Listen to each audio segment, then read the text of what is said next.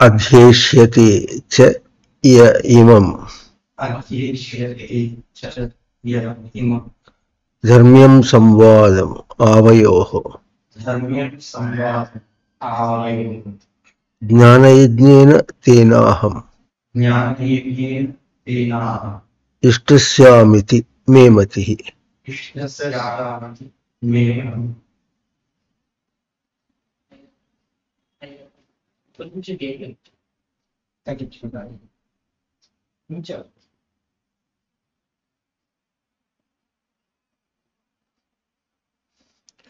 శ్రద్ధావాన్ అనసూయశ్చ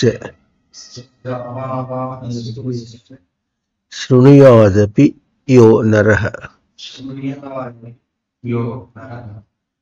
సోపి ముక్తః శుభాం లోకాన్ ప్రాప్నుయాత్ పుణ్యకర్మణాం. ఆ శ్లోకాలు మననం చేయాలి. అధ్యేష్యతే చ ఇమం ధర్మ్యం సంవాదం ఆవయోః.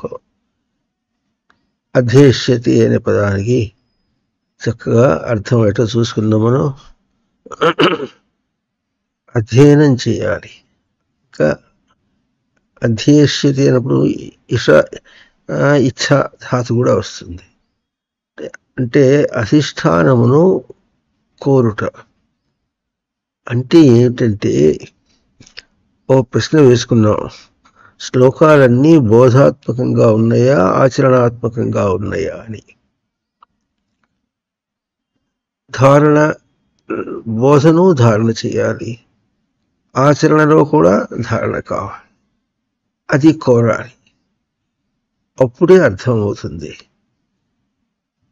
అది కోరకుండా మన ఇష్టం వచ్చినట్టుగా చదువుకుని వెళ్ళిపోతే అర్థం కాదు. అంతదాకా ఎవరు వచ్చారు కనుక అసలు శ్లోకాలు శ్రద్ధగా చదవాలి అనేటటువంటి కోరిక, ఇచ్ఛ ఎవరికి కనిపించదు. చదివేశామంటే చదివేశామంటే అధ్యయనం అయిపోయింది. ఇప్పుడు ఏం చేయాలి? ఇంకా ప్రవచనాలు. ఆ ప్రవచనాలు చెప్పామంటే చెప్పేశాం, అయిపోయింది. ఏం చెప్పామో తన ప్రజ్ఞని, తన గొప్పతనాన్ని చాటి చెప్పుకోవడానికి కోసం, అంతే కానీ భగవద్గీతలో ఏ బోధ ఉందో ఆ బోధను మనం ఎట్లా అందిస్తున్నాము అన్న అది కూడా ఉండదు.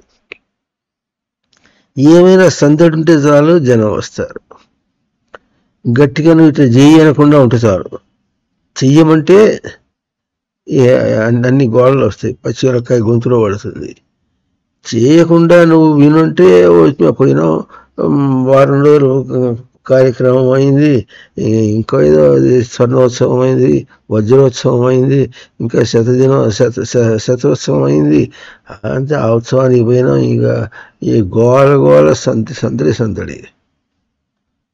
అట్లా ఉంటే అధ్యేష్యతే కాదు. అది మనకు అసలు ఇచ్చ రావాలి, జిజ్ఞాస ఉండాలి, వినాలి, పరోక్ష జ్ఞానం కావాలి. అంటే పరోక్షంగా అసలు అక్కడ ఏం చెప్తున్నారు అని మన అవగాహనకి రావాలి. అక్కడ ఒక సంధానం ఉంది. ఏం సంధానం అంటే, బోధ బయటదా లేక తను గ్రహించిందా, అది ప్రవచనమా శ్రవణమా.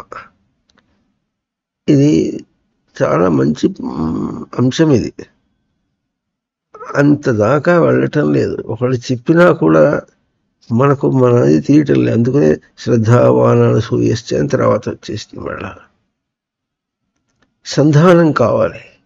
అప్పుడు ఎట్లా ఉంటుంది, కొంత మనకు ఏమవుతుందో తర్వాత చెప్పుంది. అది ఉంటే కానీ మనకు అర్థం కాదు.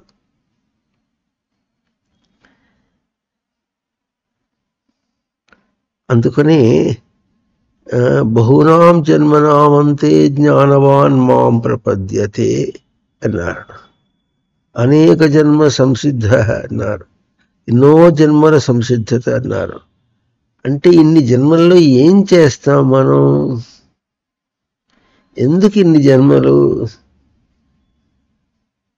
అది అధ్యయనం అంటే ఏమిటో ఎంతో అభ్యాసం కావాలి, ఎన్నో విషయాల్లో అభ్యాసం కావాలి. ఎట్లా అభ్యాసం అవుతుంది మనకు అంటే,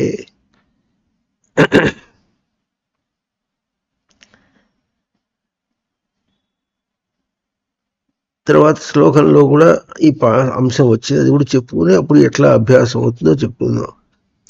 శ్రద్ధావాన్ అనసూయశ్చ శృణుయాదపి యో నరః అన్నారు. శ్రద్ధావాన్ అనసూయ, శ్రద్ధ కలవాడై అసూయ లేనివాడై, శృణుయాత్ శ్రవణం చేసిన వాడైతే అని అన్నారు. ఈ అధ్యయనమును, ఈ సంవాదమును శ్రవణం చేయాలన్నారు. శ్రవణం అంటే ఇందువలడు అందు లేడని సందేహం వలదు, చక్రి సర్వోపగతుండు ఎందెందు వెదకి చూచిన అందందే కలడు దానవాగ్రని వింటే అన్నాడు. ఎందెందు వెదకి చూచిన వింటే అంటే చూడాలా వినాలా? అది వినుట అనే మాట ఎట్లా ఉందంటే, మనకు పంచమహాభూతముల్లో మొట్టమొదటిది ఆకాశం. ఆ ఆకాశంలో టెలిస్కోప్ అంటే ఇమిడి ఉన్నాయి. ఇది వాయువు, అగ్ని, ఆప, భూమి, దానిలో ఇమిడి ఉన్నాయి. మొదటిది చెప్తే అన్నీ చెప్పినట్లే. ఆకాశం ఏం చేస్తుంది? శబ్దమును మనకు అందిస్తుంది. శబ్దమును అందించి శబ్దమును అందుకోవడానికి చేసే ప్రయత్నంలో తనను తాను ఎట్లాగో చైతన్యవంతం చేసుకుని వినుట అన్న అంశాన్ని చేస్తాడో అట్లా వినుటగా దాన్ని అందిస్తుంది. ఇది సంధానం. ఆకాశమునకును తన శ్రోత్ర ఇంద్రియానికిను సంధానము శబ్దము అనేటటువంటిది అనే ఒక మీడియం అన్నారు, ఒక ద్వారం. దాని ద్వారా సంధానం చేస్తాడు. ఎట్లాగో మిగతా అన్ని ఇంద్రియములు కూడా అట్లాగే. అంటే పంచమహాభూతములు ఎట్లాగైతే ఆకాశం, వాయువు, అగ్ని, ఆపహ, పృథివీ అన్న 5 నుంచి శ్రోత్రత్వ, శబ్దస్పర్శ రూపరసగంధములు అనేటటువంటి 5 ద్వారముల ద్వారా శ్రోత్రత్వ, చక్షు, జిహ్వా, ఘ్రాణములు అనే ఈ ఇంద్రియములు ఏం చేస్తాయి? తన స్థానము తను తెలుసుకుంటాయి. ఇట్లాగైతే కర్ర అనేది ఒక చేతికి వస్తే అప్పుడు పట్టుకుంటున్నందువల్ల తన పట్టు తనకు తెలియట అన్నటువంటి కర్ర ప్రయోజనం ఏమిటి? మనకు పట్టుకుంటే తన పట్టు తనకు తెలుస్తుందని. అది ఎట్లాగో మిగతావన్నీ ఎట్లాగనమాట అని ఇది మనం చాలాసార్లు చెప్పుకున్నాం. ఇప్పుడు మనకు అంటే శృణుయాత్ అంటే శ్రవణం చేయటం అంటే ఇది అర్థం. దీన్ని అనుసంధానం అన్నారు, ఇక్కడ అనుసంధానం అన్నారు, దీన్ని శ్రవణం అన్నారు. మనకు శ్లోకంలో అధ్యేష్యతి అన్నారు. ఈ శ్రవణమన్నా భగవద్గీత యొక్క బోధయే, అధ్యేష్యతి అన్న ఆ శ్లోకం యొక్క బోధయే. దాన్ని ఎట్లా తీసుకోవటం అన్నటువంటిది, ఆ తీసుకోవటంలో తాను ఏమవుతాడో అది సంధానం చేత ఏమవుతాడంటే అట్లా అవినాభావ సంబంధం అంటారు. అవినాభావ సంబంధం. వినా అంటే విడిచి, అవినా అంటే విడవకుండా. అవినాభావం, వినాభావం అంటే విడిచినటువంటి భావం, అవినాభావం అంటే విడవ. అవినాభావ సంబంధం ఉంది, విడిచిన సంబంధం కాదు, విడవని సంబంధం, పరస్పరము అన్యోన్యమైనటువంటి సంబంధం. శాస్త్రమునకు, ప్రవర్తనకు, గురువుకి ఎటువంటి అంటే అవినాభావ సంబంధం. 3 ఒకటే, 3 తనకు ఆధ్యాత్మిక పీఠమేది కనుక దాన్ని శ్రద్ధావాన్, శ్రద్ధధాతీతి శ్రద్ధ. అక్కడ ఆ శ్రద్ధ ఎంత చూపిస్తుందంటే తన ఉనికిని చైతన్యవంతం చేసుకుని ప్రకాశింపజేసుకుని నివసించి దాన్ని విచారణగా తీసుకొని, అంటే అనుభవంలో దర్శనం చేసి విచారణలో దానికి ఎరుకగా తీసుకొని ఎరుకను సమృద్ధి చేసుకోవటం, ఇది ఎక్కడ మధ్యలో తెగకుండా నిలుపుకోవటం, ఇది శ్రద్ధ. దధాతి అంటే ధారణ చేస్తాడు గనక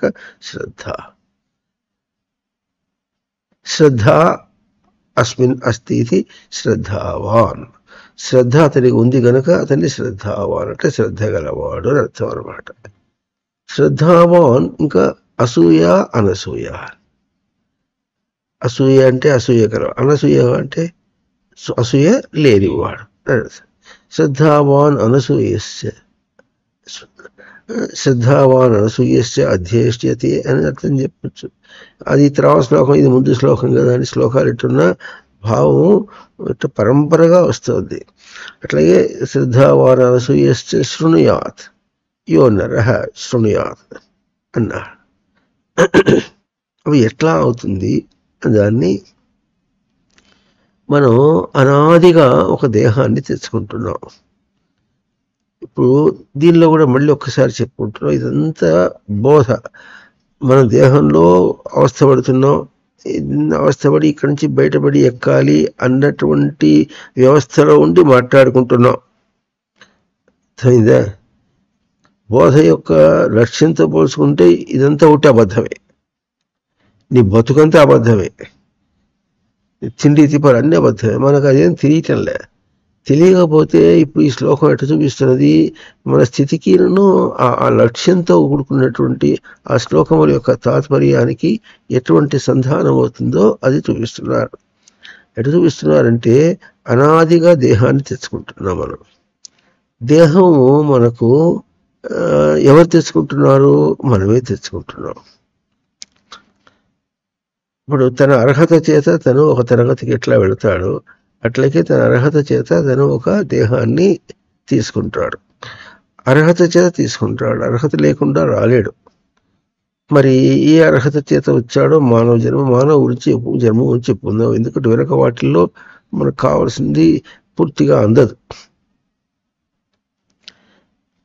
ఇప్పుడు ఈ దేహంతో మనం తిరుగాడుతున్నాం అంటే ఏమవుతుంది?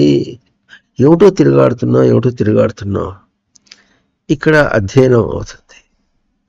దీన్ని అధ్యయనం చేస్తున్నాం మనం. ఇది అధ్యయనం చేయటం అయితే కానీ మనకు భగవద్గీత అధ్యయనం చేత కాదన్నారు.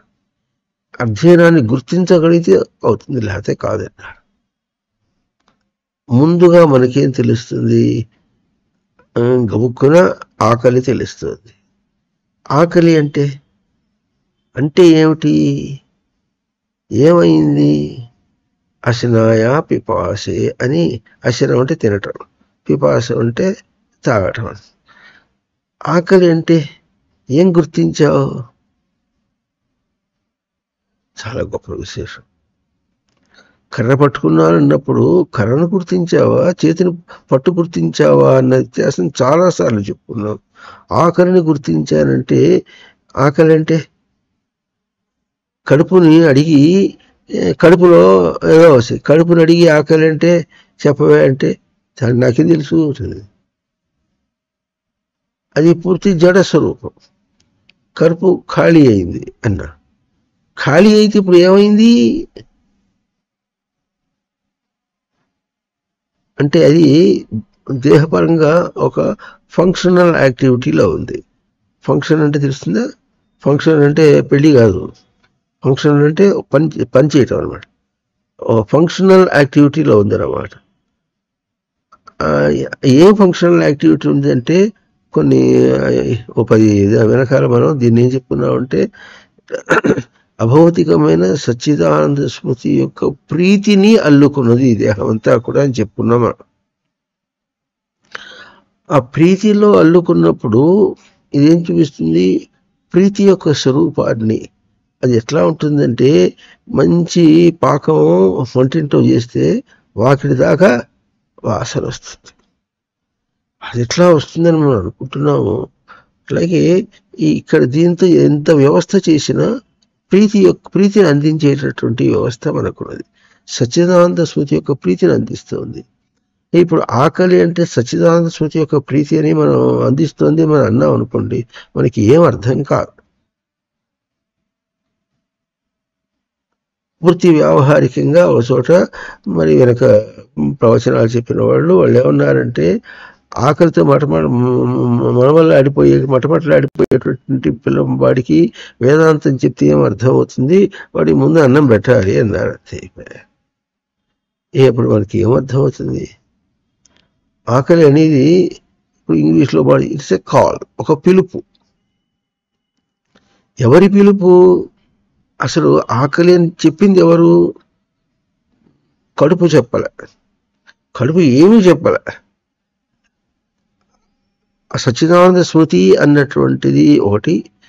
ఇప్పుడు భౌతికంగా రక్త ప్రసరణ ఇవన్నీటువంటివి, గుండె కొట్టుకోవటం అనేటటువంటిది అదొక ఫంక్షనల్ యాక్టివిటీ అయితే, అంటే అదొక కార్యం అయితే, అది భౌతిక కార్యం అయితే, మానుష చర్య ఏమిటది? తను తాను గుర్తించి సచ్చిదానంద స్మృతి యొక్క ప్రీతిని ఆస్వాదన చేయటం, ఇదొక రెండు జరుగుతున్నాయి.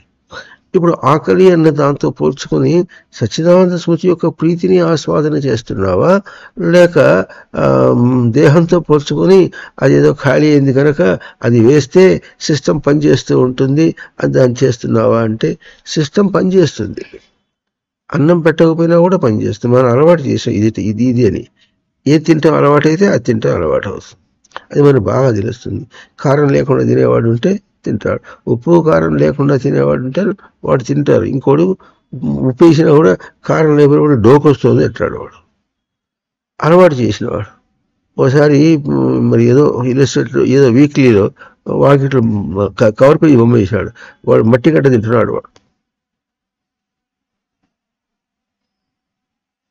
అట్లా అలవాటు చేశాడు. అది కూడా తినాల్సిన అవసరం ఏముంది? దేహం ఆ పిలుపుని ఇస్తుంటే, ఆ పిలుపుని తీసిన తర్వాత ఆ దేహం ఉంటుందో ఉండదో అంటే, ఆ సమయంలో ఆ ప్రాయంలో తల్లి పాలు పట్టేసింది. మొదట్లో పాలు పట్టేటప్పటికీ ఆ పిలుపుకి ఇది సమాధానం అన్నట్టుగా లోపలికి వచ్చేసింది. దాన్ని మనం ఒప్పేసుకున్నాం అనమాట. ఒప్పుకునేటప్పటికీ ఏమవుతుంది? ఇక దాన్ని అలవాటు చేస్తాం. ఇప్పుడు ఇక్కడ ఏమవుతుంది? ఒక కాని దాన్ని ఒప్పేసుకొని అలవాటు చేసుకోవటం అనేటటువంటిది మనకు సచ్చిదానంద ఎటువంటిది? ఆకలి అనే దాన్ని గ్రహించటంలో భౌతికమును కాకుండా ఒక అభౌతికంలో గ్రహిస్తున్నాం. ఇట్లా ఏదో లోపల తింటానికి పడితే అప్పుడు లోపల ఫంక్షనల్ బాడీ అంటే భౌతికంగా ఫంక్షనల్ బాడీకి సమాధానం వచ్చింది కనుక అభౌతికంగా అప్పుడు నాకు తృప్తి కలిగింది అంట. భౌతికంగా తృప్తి అయితే అభౌతికమైన తృప్తి ఎట్లా అవుతుంది?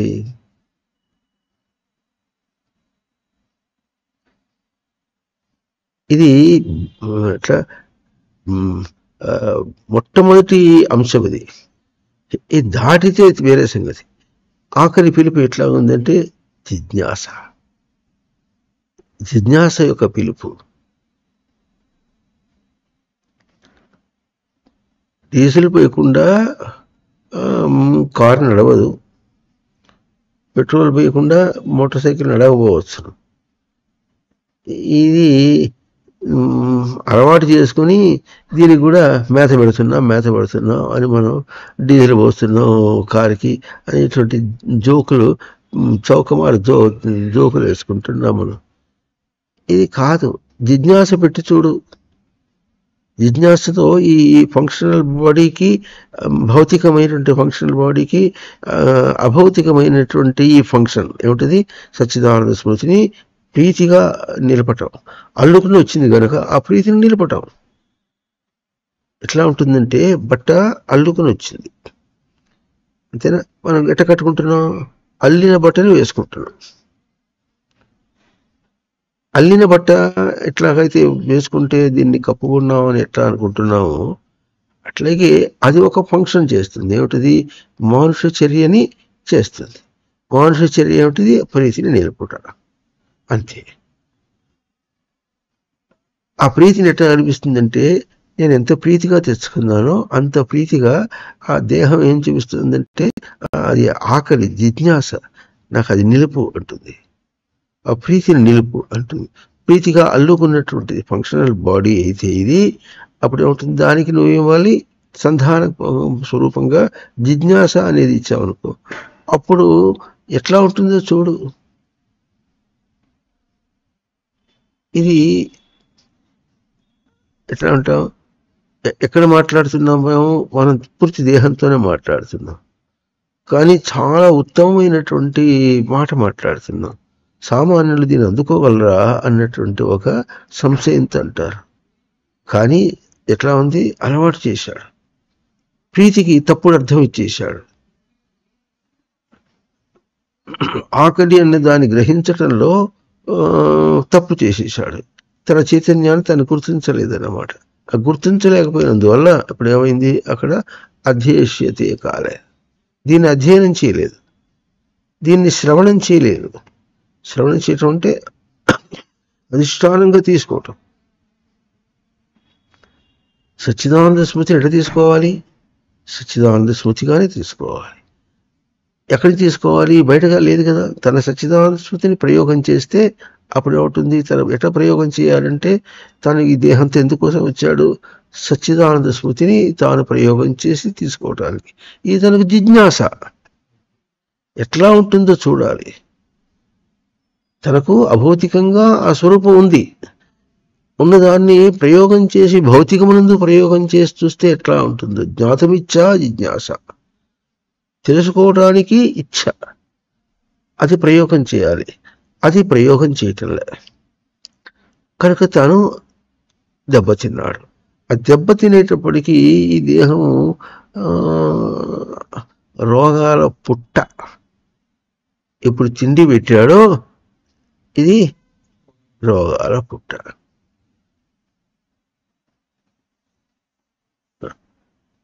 తిండి పెట్టేటప్పటికీ రోగాల పుట్ట. ఎంత రోగాల పుట్ట అంటే ఇక ఏం వస్తుందో కూడా అర్థం కాదు. భౌతికం ఇది అభౌతికమునందు అల్లుకున్నటువంటి దేహాన్ని అభౌతికమునందు దానికి జిజ్ఞాసగా ఇవ్వకుండా భౌతికము అనేటటువంటి అన్నం పెట్టామనుకోండి, అప్పుడు ఏం చేస్తుంది, మోటార్ సైకిల్కి కార్కి పెడితే ఏమొస్తుంది, అదేమిటి దాన్ని కాల్ చేస్తుంది, ఇది డీజిల్ని కాలుస్తుంది. ఆ కాల్చేటప్పటికి ఏమొస్తుంది, వెనకాల పొగ వస్తుంది. ఆ పొగ అంటే ఏమిటది, కార్బన్. ఈ ఎన్నన్నా వస్తుంది. ఇది ఈ దేహంలో ఎంత కుళ్ళు రావాలో టన్నుల కొద్దీ కక్కుతూనే ఉంటుంది. అది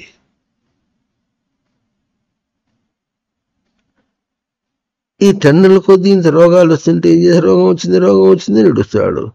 తర్వాత ఇంకా డాక్టర్ దగ్గరికి పోవాలి, వాళ్ళు దాన్ని ఇంత వ్యాపారం చేసేస్తారు. దీన్ని ఈ వ్యవస్థను కూడా డబ్బులోకి మార్చుకోవాలని ప్రయత్నం చేస్తారు. నీకు రోగాలు వస్తుంటాయి కదా మేము బతుకుతాం, మీకు రోగాలు రాకపోతే మేము ఎట్లా బతకాలంటాడు. అప్పుడు మీ రోగాలు కావాలంటే ఏం చేయాలి, రోగాలు వచ్చేటట్టుగా తిండి తినాలంటారు. ఆ తిండి ఎవరు చేస్తారంటే వ్యాపారస్తులు, వాళ్ళు చేస్తారు. అందరూ కుమ్ముక్కయి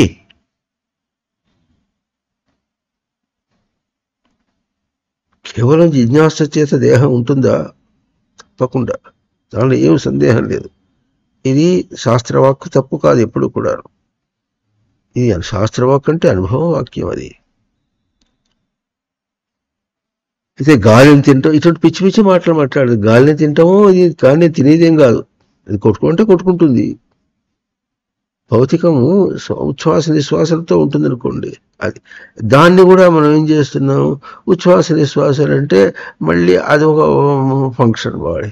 అది ఎట్లా ఉంది అంటే శ్వాస క్రీడ, లంగ్స్ ఉన్నాయి, ఊపిరితిత్తులు ఉన్నాయి, అది ఫంక్షన్ చేయాలంటాడు. మరి నెత్తురు కొట్టుకోవడానికి ఏమో గుండె కొట్టుకుంటోంది అంటాడు. అని ఇట్లాగూ అన్ని దేని దానికి మాట మాట్లాడితే బయటకి దేని దానికి దాని మాటే మాట్లాడుకుంటూ పోతుంటే అసలు మాట నీకు ఎట్లా అర్థం కావాలి.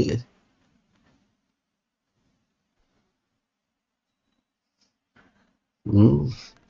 గుండె కొట్టుకుంటోందంటే, రక్త ప్రసరణ కొట్టుకుంటోంది అని అంటే దాన్ని కూడా మనం చూపించుకున్నాం. గుండె అంటే ఆ, లప్ టప్ ఇది ఇట్లా మనకు భౌతికంగా కనిపిస్తుంది. అది ఇట్లా కాదు. హరణి హరతి ఎట్లా తీసుకుంటుంది, ఎట్లా తీసుకుంటుంది, ఏం తీసుకుంటుంది?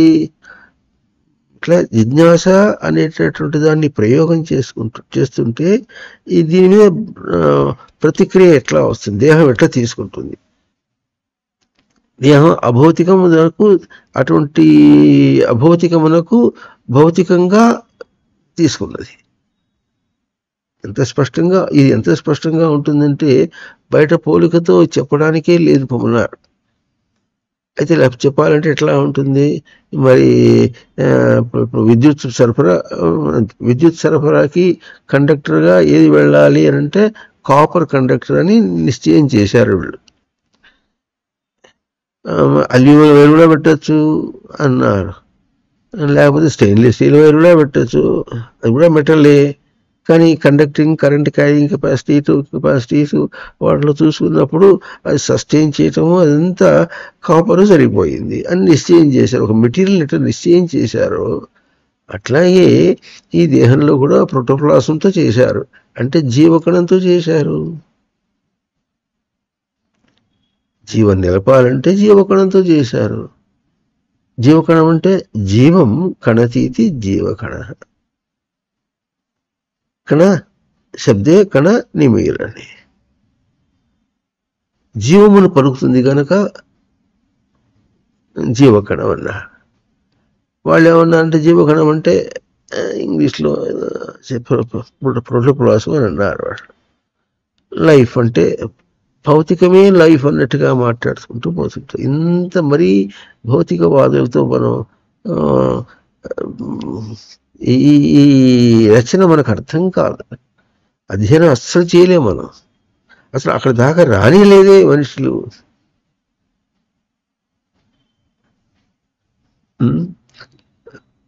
గుండె కొట్టుకుంటుంది, గుండె కొట్టుకుంటుంది, రక్తమును ప్రసరింపజేస్తుంది అంటున్నాడు. రక్తమును ప్రసరింపజేస్తున్నది మనకు కనిపించలేదుగా, కనిపించకుండా చేశారు. ఎందుకు చేశారు అంటే మనం దీన్ని దర్శనంగా తెలుసుకోవాల్సింది. ఆకలి అనేది దర్శనంగా తెలుసుకోవాల్సింది. ఏది దృశ్య స్వరూపం కాదు. సంధానము తనకు ఇప్పుడు ప్రయోగం చేసిన దాన్ని దర్శనం చేసి తీసుకోవటం అంతే. దర్శనం ఎట్లా ఉంటుంది? ఈ కంటితో బయట చూసింది కాదు. దర్శనం అంటే తనకు తెలుస్తుంది. తెలియట అనే మాట జిజ్ఞాస జ్ఞాతమిచ్చ. జిజ్ఞాస చేత తనకు తన స్వరూపమును తాను నిలుపుకున్నాను అన్నమాట తెలుస్తుంది. ఎడ తెలుస్తుంది అంటే కడుపు నిండిన తర్వాత నీకు కడుపు నిండింది కనిపించిందా? ఖాళీ ఏంది కనిపించిందా? కనిపించలే. కడుపు నిండింది కనిపించిందా? కనిపించలే. నిండిన తర్వాత ఆకలి తీరింది అన్నావు. ఎట్లా ఉంటుంది? ఓ గొప్ప ప్రయోగాన్ని అన్నం పెట్టేసి ఆకలి తీరిందని చెప్పి కడుపు అసలు ఎట్లా ఉంటుందంటే అక్కడ బతుకుతున్నాం మనం అంటే ఆ బతుకులో మనం ఏ జన్మకు బయటపడతాం అసలు. కనుక గుండె రక్తం కొట్టుకుంటోంది అంటే రక్తము కొట్టుకుంటోంది అనే అర్థం కాదు. ఎట్లా ఉందంటే హరణి అంటే హరతి, తీసుకోవటం. ఏం తీసుకుంటాం అంటే దర్శనాన్ని తీసుకోవటం, ప్రీతిని తీసుకోవటం. ప్రీతిని అందిస్తోంది, ప్రీతిని శుద్ధి చేస్తోంది. ఎక్కడ శుద్ధి చేస్తోంది? అక్కడ శుద్ధి చేయటంలో ఎటువంటిదంటే తనదేమో అభౌతిక ప్రక్రియ. అభౌతిక ప్రక్రియకు రచనాత్మకంగా భౌతికం అంటే కలిగినది. అభౌతిక ప్రక్రియకు కలిగినటువంటిది ఇది. అంటే అయితే అప్పుడు అభౌతిక ప్రక్రియ అనేది ఎట్లాగైతే కంటికి కనిపించని స్వరూపం ఎట్లాగో భౌతికంగా ఇది కలిగింది అన్నది కూడా మన కంటికి కనిపించేది కాదు, దర్శనమే. దాన్ని మనం భౌతికం అనేది స్థూలంగా చెప్తే స్థూలం వేరు, భౌతికం వేరు, అభౌతికం వేరు. చెప్పండి. అభౌతికం, స్థూలము భౌతికం రెండు ఒకటి కాదు. వాక్యం అది కాదు. అంటే ఒకప్పుడు మనం కూడా మామూలు భౌతికం అభౌతికం తేడా చెప్పుకుంటూ వచ్చాం. అది ముందు అంతవరకు అది ఒక భాష. ఆ తర్వాత ఇంక ఎదిగినప్పుడు చెప్పాలి. అప్పుడు తప్పు చెప్పింది కాదు, అది పూర్తిగా సరైనది కూడా కాదు.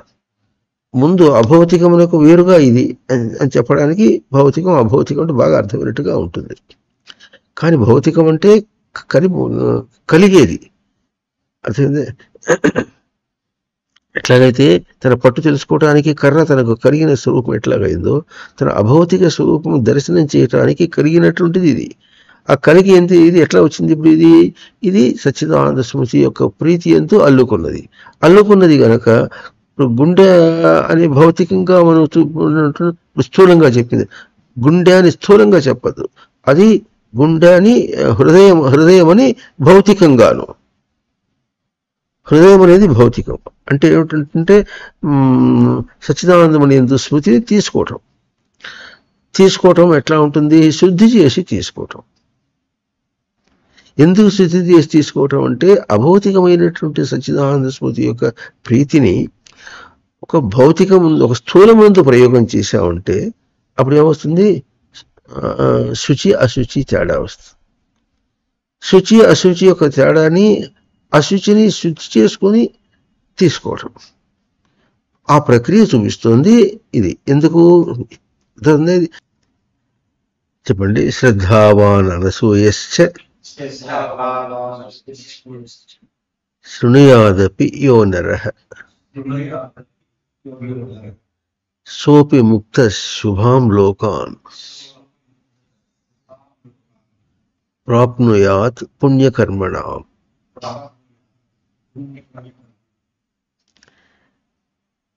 నెట్ అవాంతరంతో అంత కంపు అయింది, అందువల్ల తెంపు వచ్చింది. మళ్ళీ ఎక్కడి నుంచి మొదలుపెట్టామో చెప్పుకోవడానికి ప్రయత్నం చేద్దాం. ఏం చెప్పుకుంటున్నాం అంటే,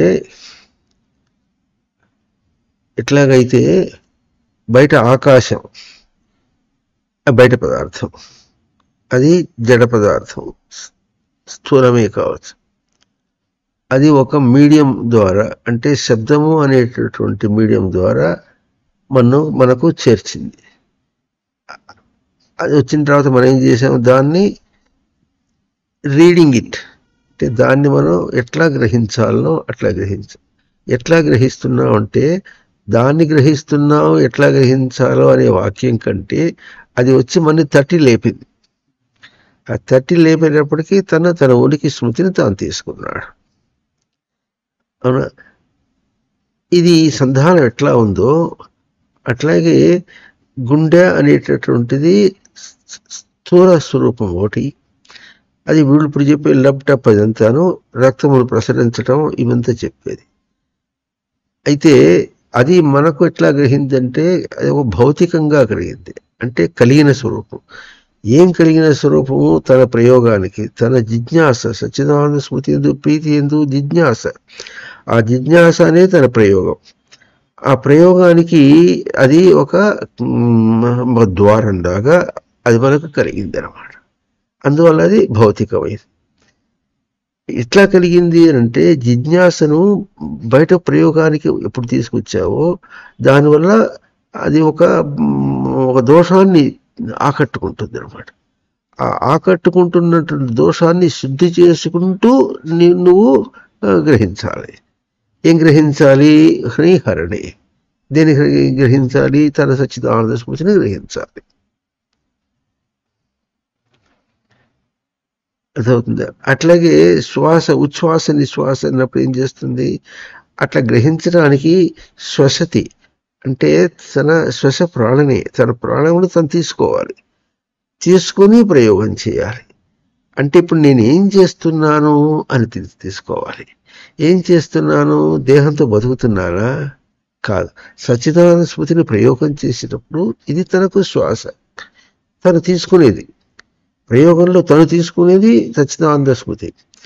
దేనికి, ప్రయోగానికి తీసుకునేది. తన ప్రయోగానికి తను తీసుకునేది సచ్చిదానంద స్మృతి. దాని ఎందుకు జిజ్ఞాస, దాని ప్రీతి ఎందుకు జిజ్ఞాస. అది తీసుకున్నప్పుడు అది ఆక్సిజనేట్ అవుతుంది. దాన్ని ఆక్సిజన్ మనం తీసుకున్నామంటే ఈ రక్తమేమో ఆక్సిజనేట్ చేసి మనకు ఇస్తుంది. అంటే ఈ ప్రీతిని తీసుకోవటంలో తన అంశం అది. తన అంశమును ప్రయోగం చేసి తీసుకున్నప్పుడు అప్పుడు తనది ఏమవుతుంది, తన ప్రయోగము అభౌతిక ప్రయోగము నాకు శ్వాస ఒకటి, ఈ గుండె రెండు కూడా ఏమవుతాయి, ఇట్లా భౌతికం కరిగినటువంటి ఒక ప్రయోగ స్థానం అయింది అనమాట. అది అట్లా ఎందుకు జరుగుతోంది అంటే తన అంశం, తన ప్రయోగంశము తను ఎట్లా తీసుకున్నాడు. తను తీసుకుంటే అది పోయి ఏం చేస్తుంది, అది ఎట్లాగైతే రక్తము శుద్ధి చేసుకోవాలను, శుద్ధి చేసుకునేది అది ఎట్లా ఇస్తుందంటే, శుద్ధి చేసుకోవడానికి నేనేం తీసుకుంటున్నానో తెలిస్తే అప్పుడు తనకు వేరేగా తీసుకుంటున్నటువంటి తప్పు, దాన్ని వేరేగా అవగాహన తీసుకోవడం అనేటువంటి తప్పుని అది శుద్ధి చేస్తుంది. ఇది మనకు దేహం ఇస్తున్నటువంటి ఇది అధ్యయనం చేయటం. ఇది ఎంత అభ్యాసం చేస్తే మనకు భగవద్గీత అర్థం కావాలి. ఇది కంటిన్యూస్ ప్రాసెస్. దాన్ని ఏం చెప్పి ప్రవాహం అని, ప్రతితం వహతి వహ ప్రాపణే. ఎట్లా రచనను ప్రయోగం చేయటం అనేటువంటిది ఎట్లా ఉన్నదో అది వహ ప్రాపణే, తాను పొందటం. ఆ పొందటం అనేటువంటి జరుగుతుంది కనుక ప్రవాహం. ఎప్పుడు పొందుతున్నాడు, ఉనికిని ఎప్పుడు పొందుతాడండి, అదే కంటిన్యూస్ ప్రాసెస్. పొంది ఉంటాడు, ఉనికిని పొంది ఉంటుట. ఉనికి ఎప్పుడు ఉనికి సచ్చిదానంద స్మృతి, దాని ఎందుకు ప్రీతిని ప్రయోగము అని ఇంత దూరం వెళ్ళిపోయినాడే. దూరం వెళ్ళిన వాడు ఉనికిని నిలుపుకోవటం అంటే, ఈ రోజున ఇంత మధ్యన అధ్యయనం చేసి చివరి శ్లోకాన్ని మననం చేసేంత వరకు కూడా మనకు ఉనికి అన్న అంశం యొక్క ఆ గ్రహింపు ఇంకా మనకు అసందిగ్ధంగా ఉండకూడదు. చాలా శుచి, అసలు వేరే విధంగా చెప్పడానికి కాదు, భౌతికంగా చెప్పడానికి లేదు, స్థూలంగా అసలు చెప్పలేము. ఇది మనం ఏం చేస్తున్నాం, మన ప్రాసెస్ ఏమిటంటే ఉనికిని నిలుపుకోవడానికి ప్రయత్నం చేస్తున్నాం. చాలా మాట ఈ పదం మనం వాడుకున్నాం. అంటే ఎట్లా చేస్తున్నాం అంటే, శ్వాస మన ప్రయోగమే దేహం మీద, శ్వాసలో అదే అవుతుంది, ఇది ఇంకా హృదయ శబ్దంలో కూడా అదే అవుతుంది. ఇంకొక వైటల్ ఫంక్షన్ మనకి ఏముందంటే ఎలిమెంటరీ కెనాల్ అంట. ఎలిమెంటరీ కెనాల్ అంటే జీర్ణ కోశం. అక్కడ ఏమిటి, ఇంటేక్ అంటే దాన్ని జీర్ణింప చేసుకొని. ఇప్పుడు 3 అంశాలు ఒకసారి చూడండి. హృదయం ఎట్లా ఉంటుంది, హరతి తీసుకోవటం ఒకటి. ఆ తీసుకోవటానికి ఏం తీసుకుంటున్నావు, నీ ప్రయోగమును చేసి అక్కడ ఏం జరుగుతుందో, ప్రయోగమునకు అక్కడ ఏం కలుగుతుందో అది తీసుకోవటం. వాడు చెప్పుకుంటున్నావు, తన ప్రయోగంలో కర్ర పట్టుకుని దగ్గర వెళితే అక్కడ ఏం జరుగుతుంది, పట్టు జరుగుతుంది. ఆ పట్టుని తాను తీసుకోవడం. 3 అంశములు, ప్రయోగింపబడింది, పట్టు జరుగుతుంది, పట్టుతో తాను తీసుకోవటం. ఈ 3 అంశములు ఎట్లా ఉన్నాయో అట్లాగే హృదయం నందు ఏముంది, తీసుకోవటం అనేటటువంటిది. ఏం తీసుకుంటావు, నువ్వు ఏది తీసుకుంటే నువ్వు ఎట్లా తీసుకుని ప్రయోగం చేస్తే అట్లా. అంటే ఏం తీసుకుంటావు, నీ సచ్చిదానంద స్మృతిని తీసుకోవాలి. నీ సచ్చిదానంద స్మృతిని నువ్వు ఎట్లా గ్రహించి ప్రయోగం చేశావు అనే అంశం వచ్చింది. వచ్చేటప్పటికి శ్వాస అర్థం వచ్చింది. ఇప్పుడు ఎలిమెంటరీ కెనాల్ దగ్గరికి వచ్చేటప్పటికి తీసుకున్న దాన్ని ఎట్లా నువ్వు జీర్ణం చేసుకుంటున్నావు,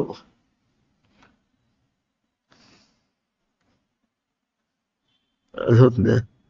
తీసుకుంటున్న దాన్ని ఎట్లా జీర్ణం చేసుకున్నావు, దానికి ఎన్ని చూపిస్తుంది. మనం తిన్నవన్నీ కూడా ఎక్కడికి ఉంటుంది, డైజెస్ట్ చేసి ఎక్కడికి వెళుతుంది, మనం వెళ్ళిపోయి మీదంతా ఎక్కడికి పోతుంది, దానిలో అబ్జార్బబుల్ అంటే తీసుకోగలిగినటువంటి భౌతికంగా ఉన్నదంతా రక్తంలోకి పోతుంది. నీ ప్రీతిలోకి వెళ్ళాలి. నీ ప్రయోగం అంతా కూడా ఎట్లా ఉంటుందని అంటే, అది దానికి పరపదార్థం తీసుకొచ్చి పెట్టావు. ఇప్పుడు ముందు రక్తం ఒక తనలో సర్క్యులేషన్ దిగినప్పటికీ తన రక్తమే తన తీసుకోవడం దాకా వచ్చింది. ఆ రక్తానికి ఏమొచ్చింది, బయటగా ఉన్నటువంటి గాలి పదార్థాన్ని ఒకటి తీసుకున్నాం మనం. ఆ తర్వాత ఇంకోటి ఏం చేసాము, దాన్ని శ్వాసగా తీసుకున్నాం.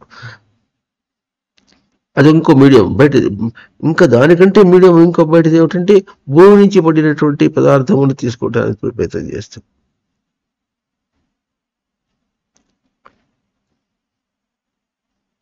వాటిని జీర్ణం చేసుకోవటం. జీర్ణం చేసుకోవటం అంటే తనదిగా అబ్జార్బ్ చేసుకోవటం, పీల్చుకోవటం. పీల్చుకోవాలంటే ఎట్లా ఉంటుంది అది? దానికి ఒకటే విశేషం, బయట దాన్ని శుద్ధి చేసుకోవటం. ఎట్లాగైతే ఆక్సిజన్ గాలిని తీసుకున్నప్పుడు దానిలో గాలిలో నుంచి కూడా మనం ఏం చేసాం? ఒక ఆక్సిజన్ని తీసుకున్నాం. 5 ఉంటే దానిలో ఆక్సిజన్ మాత్రమే తీసుకున్నాం. ఆక్సిజన్ తీసుకొని ఆక్సిజన్ పోయి లోపల ఏం చేయాలి? ఈ బయట దాన్ని ప్రయోగం చేస్తూ ఉన్నటువంటి దానికి వాడుకుంటూ ఉంటే ఏం వాడుకుంటున్నాము? భౌతికమును వాడుకుంటున్నాం, స్థూలమును వాడుకుంటున్నాం. స్థూలం అనేటువంటి దేహంలో ఉన్న స్థూల ప్రక్రియలో భౌతికము మనకి ఏం కలుగుతోంది అనే దాన్ని కూడా వాడుకుంటున్నాం. ఏం కలుగుతుందో చూసుకుంటున్నాం. ఆ కలుగుతున్న దానిలో కలుగుతున్నది ఏది? తనదే కలుగుతోంది అని చూడాలి. తనదే కలుగుతోంది, తన ప్రయోగమే అక్కడ కలుగుతుంది కదా, తన ప్రయోగాన్ని తను తీసుకోవటం. బిళ్ళో యానివర్సరీ జరుగుతుంది. యానివర్సరీలో తన అబ్బాయి అక్కడ ఏదో డ్యాన్స్ చేస్తాడో ఏదో చేస్తాడు, పాట పాడతాడు. అప్పుడు ఏం చేస్తాడు? అమ్మ నాన్న ఇద్దరు ఉత్సాహంగా వెళతారు అక్కడికి. అబ్బాయి ఏం చేస్తాడు? అబ్బాయి చూడటానికి అని ఎట్లా చూస్తాడు? అట్లాగే జరుగుతుందంటే తన ప్రయోగం ఏం జరుగుతోంది, తనకేం కలుగుతుందో పోయి చూసుకుని తను తీసుకోవటం అనేది. కనుక వాయు రూపంలోంచి ఆక్సిజన్గా వచ్చేసి ఈ ఆక్సిజనేట్ చేసి శుద్ధి చేయడానికి ఆక్సిజనేట్ చేయడం అనేటువంటిది అంటే తను ఎట్లా తీసుకున్నాడో అది అక్కడ శుద్ధి చేస్తుంది. ఎట్లాగో అట్లాగే దానికి పుష్టి రావటం అనేటటువంటి ఎట్లా వస్తుంది? ఇప్పుడు తిన్న అన్నంతో మనమంతా పోయి దానిలో ఉన్నటువంటి దానిలో పెడుతుంది. ఇది గ్రహించగలిగినటువంటి ఆహార పదార్థం ఏముందో, ఆహార పదార్థం అంటే స్మృతికి తీసుకోగలిగినటువంటి పదార్థం చెప్తున్నాం. సంస్కృతంలో ఆహార పదార్థం ఒకటే ఉంది. తెలుగులో తిండి అని పట్టదు. తిండి అని చెప్పాం అనుకోండి, స్మృతికి తీసుకెళ్ళటం అనే అర్థం లేదు. తిన్నుವುದು అరవంలో కూడా ఊట మాడుವುದು అంటే ఈ సంస్కృత పని రావటం లేదు. కానీ సంస్కృతం దగ్గరికి వెళ్ళి చెప్పాల్సి వచ్చినప్పుడు ఆహారం అన్నారు. అక్కడది ఆస్మృతో హరతి, స్మృతిలోకి తీసుకోవటం అనే దాన్ని తీసుకుంటున్నాం మనం. స్మృతిలోకి వెళ్ళేదాకా అది వెళుతుంది అనమాట.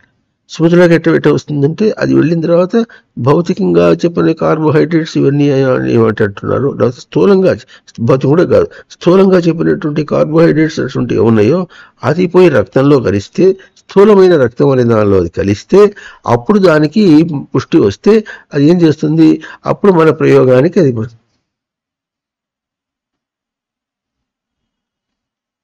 కలుగుతుంది. అప్పుడు ఎట్ట కలుగుతుంది? ఆహారంలో కలుగుతుంది. స్మృతిలో తీసుకోవటానికి అన్నాడు. స్మృతిలో ఏం తీసుకుంటున్నాం ఇప్పుడు? మళ్ళీ అది మూడో అంశం వచ్చిందని చెప్పుకున్నాం. మళ్ళీ ఒకటేమిటిది? ప్రీతిని తీసుకోవటం. అందువల్ల హృదయమైంది. దాన్ని తాను ఎంతగా ప్రయోగం చేసి తీసుకుంటున్నాడో అనేది వచ్చేటప్పటికేమో శ్వాస వచ్చింది. దానికి అన్యమైన పదార్థమును పెట్టినప్పుడు దాన్ని ఎట్లా పచనం చేసి తన ప్రయోగానికి తీసుకోవాలి. ఇది బయట ప్రయోగంలో ఇంత పని ఉంది. మూడో అంశం ఇది. బయట ప్రయోగంలో మూడో అంశం పచనం చేసి తీసుకోవాలి.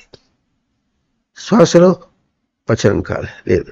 ఇక్కడ ఇది పచనం చేసి తీసుకోవాలి. చేసుకుని దీన్ని శుద్ధి చేసుకుంటూ రక్తాన్ని శుద్ధి చేయడం అనేటటువంటిది స్థూలంగా జరుగుతూ ఉంటుంటే అప్పుడు తన ప్రయోగం ఎట్లా ఉంటుంది? తన గ్రహింపు తనకు శుద్ధిగా అవుతూ ఉంటుంది, శుద్ధిగా కలుగుతుంటే శుద్ధిగా కలుగుతుందని తీసుకొని తాను ప్రీతిగా కర్మ జరుగుతోంది, సరిగా జరుగుతుంది అని దర్శనం చేయాలి. అవునా? ఇప్పుడు ఈ మూడు వైటల్ ఫంక్షన్స్ తిని లేకపోతే మెదడు అని అన్నారు. మెదడు ఎట్లా అంటే రీడింగ్ పాయింట్ అంటే చదువుతున్న లోపం ఏం జరుగుతుందో అది మనకు తెలుస్తూ ఉంటుంది అనమాట. అక్కడ చదువుతున్నట్టుగా మనం అన్నాం. శబ్దం మేధస్ అంటే మేధ అని ప్రథమ వ్యక్తి ఏకవచనంలో మేధా దీర్ఘం వస్తుంది. మేధస్ అనేది ప్రాతిపదికం అనమాట. కనుక ఈ మీద స్నేహనే అటువంటి ఇంకా ధారణ అర్థంతో చాలా దాని ధాతువులు అర్థాలు ఉన్నాయి. కనుక మనకేం తెలుస్తుందంటే అప్పుడు మనకు గ్రహింపుకి పూర్తిగా అరిగేటట్టుగా ఇంకోటి వైటల్ పాయింట్ ఫంక్షన్ ఇది మ్యాథస్ యొక్క ఇదనమాట.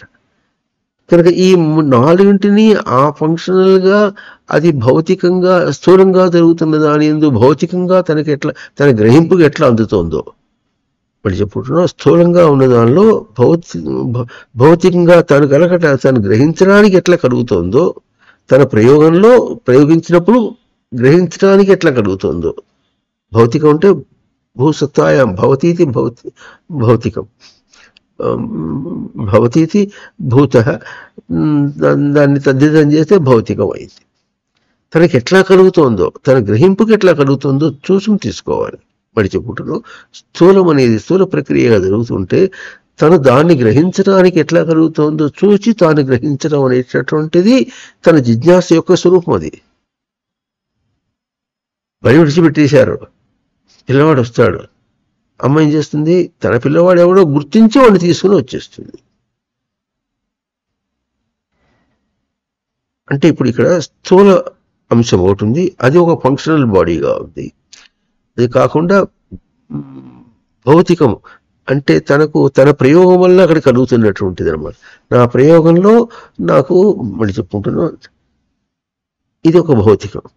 పట్టు అనేది నాకు నా గ్రహింపుకి కలిగినటువంటిది, అది ఇది భౌతికం, దాన్ని గ్రహిస్తున్నాను. అట్లాగే ప్రతిదీ కూడా నా గ్రహింపుకు నేను ఎట్లా గ్రహిస్తున్నాను. అప్పుడు దాని టర్మ్స్ ఎప్పుడు కూడా స్థూలం అనే టర్మ్స్లో ఉండకూడదు, స్థూలం అనే పరిభాషలో ఎప్పుడు ఉండకూడదు. మన సంస్కృత పాఠం ఒకటి చూడండి, సంస్కృతం ఇదం సంస్కృతం సంస్కార రూపం సంస్కృతం,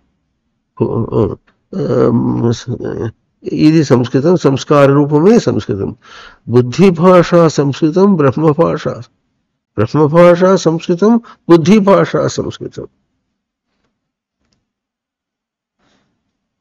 అది సంస్కరింపబడింది ఎందుకంటే అట్లా బ్రహ్మభాషగా ఎదిగే భాషగా, ఎప్పుడు బుద్ధి భాషగా తన గ్రహింపుకి ఎట్లా వస్తుంది. స్థూలము యొక్క ప్రక్రియలో తన గ్రహింపుకు ఏం వస్తుందో అది అక్కడ ఉంది. అది ఎడ తెలుస్తుంది, తన గ్రహింపుకి ఏం వస్తుంది, తను ఏం ప్రయోగం చేశాడో దాని నుంచి తాను ఏం గ్రహించాలో. తను ఎక్కడ దేని ప్రయోగం చేశాడు, స్థూలం మీద ప్రయోగం చేశాడు, తన అభౌతికమును స్థూలం మీద ప్రయోగం చేశాడు. చేసినప్పుడు తనకు అభౌతికంగా గ్రహించడానికి ఏం కలిగిందో అది చూసుకుని అప్పుడు తీసుకుంటాడు. కనుక ఇప్పుడు మనకు 3 అంశములు వచ్చినాయి అన్నమాట. ఒకటేమో ప్రీతికేమో తాను ఎట్లా గ్రహించి ప్రీతిని ప్రీతిగా నిర్గ్రహించాలి అనేటటువంటిది. ఇంకోటేమో దానికి బయటకు వచ్చినప్పుడు పచనం చేసేట తీసుకోవాలి మూడోటువంటిది. ఆ తీసుకున్న దాన్ని ఎట్లా తాను గ్రహింపు రీడింగ్ చూసుకుని తీసుకోవటం, దర్శనం చేసి తీసుకోవటం, ఎట్లా దర్శనం అని 4వ అంశం. 4 వైటల్ ఫంక్షన్స్. ఇప్పుడు ఈ 4 వైటల్ ఫంక్షన్స్లో దాన్ని ప్రక్రియలు చేసేటప్పటికి స్థూలంలో ఇందాక చెప్పను మురికి బయటకు వస్తుందని చెప్పాను కదా, ఎట్లా అయితే పెట్రోల్ ఖర్చు పెడితే ఎట్లా పొగ బయటకు వస్తుందో మురికి బయటకు వస్తుంది. ఆ మురికి బయటకు వస్తుంటే అది మనకి ఏం చూపిస్తుంది అది కూడా తెలుసుకోవాలి. ముందు ఆకలి గురించి చెప్పేసుకున్నాం, రోగం వచ్చింది, రోగాలన్నీ దేంతో వస్తాయి, దేహంతో వస్తాయి, కడుపుతో వస్తాయి. అంటే ఇప్పుడు ఏం జరిగింది దీనిలో, కడుపులో రోగం ఎందుకు వచ్చిందంటే నువ్వు పచనం చేసి తీసుకోవటానికి తగిన దానిలో ఏం చేసావంటే ఆ భౌతిక స్థూలంగా తీసుకున్న దాన్ని భౌతికంగా నీకేమవుతుందో చూసుకోకుండా తీసుకున్నావు అనమాట.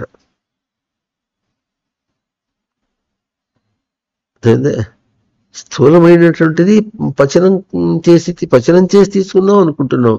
ఎంతవరకు పచనం చేసావు, స్థూలంగా పచనం చేసావే కానీ భౌతికంగా నువ్వు గ్రహించడానికి ఎట్లా అవుతుందో చూడలే.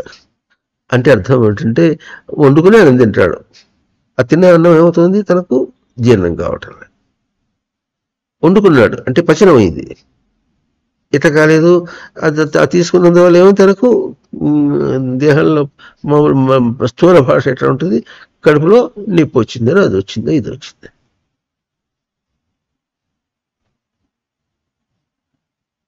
ఇది చూసుకోవటంలే. జీర్ణం అవుతుందా లేదో చూడలే.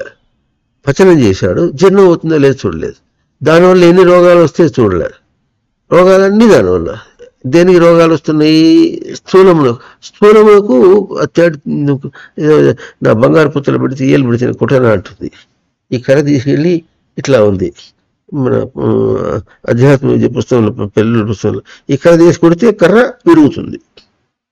కర్ర విరుగుతుందని నాకు తెలుసు. వేసి కొడితే కర్ర విరుగుతుందని కర్ర తెలియదు, నాకు తెలుసు. అర్థమవుతుందా? కొడితే దెబ్బ తగులుతుంది, దెబ్బ తగులుతుందని కర్ర తెలియదు, నాకు తెలుసు.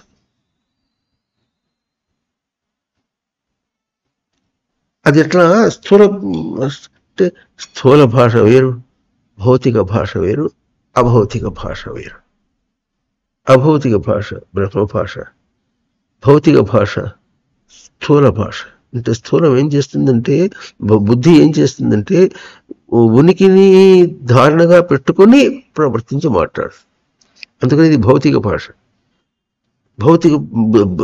బుద్ధి భాష. ఇది భౌతిక భాష, అదే బుద్ధి భాష. ఏం తిన్నామో, ఏం తింటే అరుగుతుందో మన చేత కావటం లేదు. అక్కడ దెబ్బతిన్నాం. తర్వాత ఏమవుతుంది?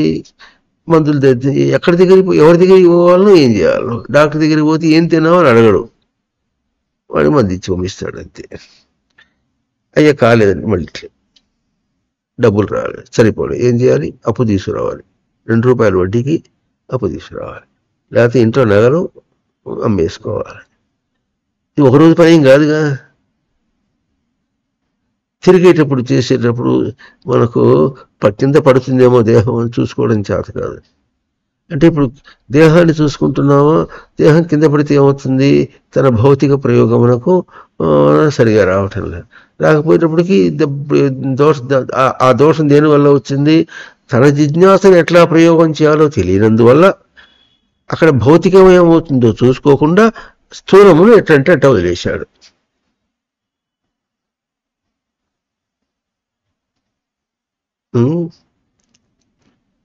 బీపీ ఉంది మనిషికి. బీపీ ఉంటే ఏమొస్తుంది? బీపీ దేని యొక్క సిమ్టమ్ అంటారు, దేని యొక్క చిహ్నం అంటే స్థూల శరీరం యొక్క. అది దేనివల్ల వచ్చింది? తిండి వల్లే వచ్చింది. ఆ చెప్పిన 4 పాయింట్స్, 4 వైటల్ ఫంక్షన్స్ని చెడగొట్టుకున్నందువల్ల వచ్చింది. ఆ వచ్చిన దాన్ని ఏమో తలకాయ తిరుగుతుంది, తల తిరిగితే ఏమవుతుంది? కింద పడతాడు, కింద పడితే ఏమవుతుంది? మళ్ళీ ఇంకా దెబ్బ అవుతుంది. దానికి ట్రీట్మెంట్కి మళ్ళీ స్థూలం తీసుకొని చేసుకెళ్తాడు. వాడు స్థూలంగా చేసి ఏదో చేశాను పో, ఇంకా నీకు ఇంకో 10 రోజులు బతుకు, ఇంకో సంవత్సరం బతుకు అని పంపించిపోతుంటాడు. ఆ సంవత్సరం బతుకు ఏం చేయాలి? ఇప్పుడు ఆ విలువ తెలియదు. అప్పుడు ఇంకా బతకాలి అనేటువంటి విషయంలో స్థూలంగా బతకాలనుకుంటున్నావా, భౌతికంగా బతకాలనుకుంటున్నావా, సూక్ష్మంగా అభౌతికంగా బతకాలనుకుంటున్నావా, దేనికోసం బతకాలనుకుంటున్నావు? బ్రతుకంటే ఏమిటో అర్థం కాదు. రోగం వస్తే అసలు ముందు ఎందుకు బతకాలో అర్థం కాదు.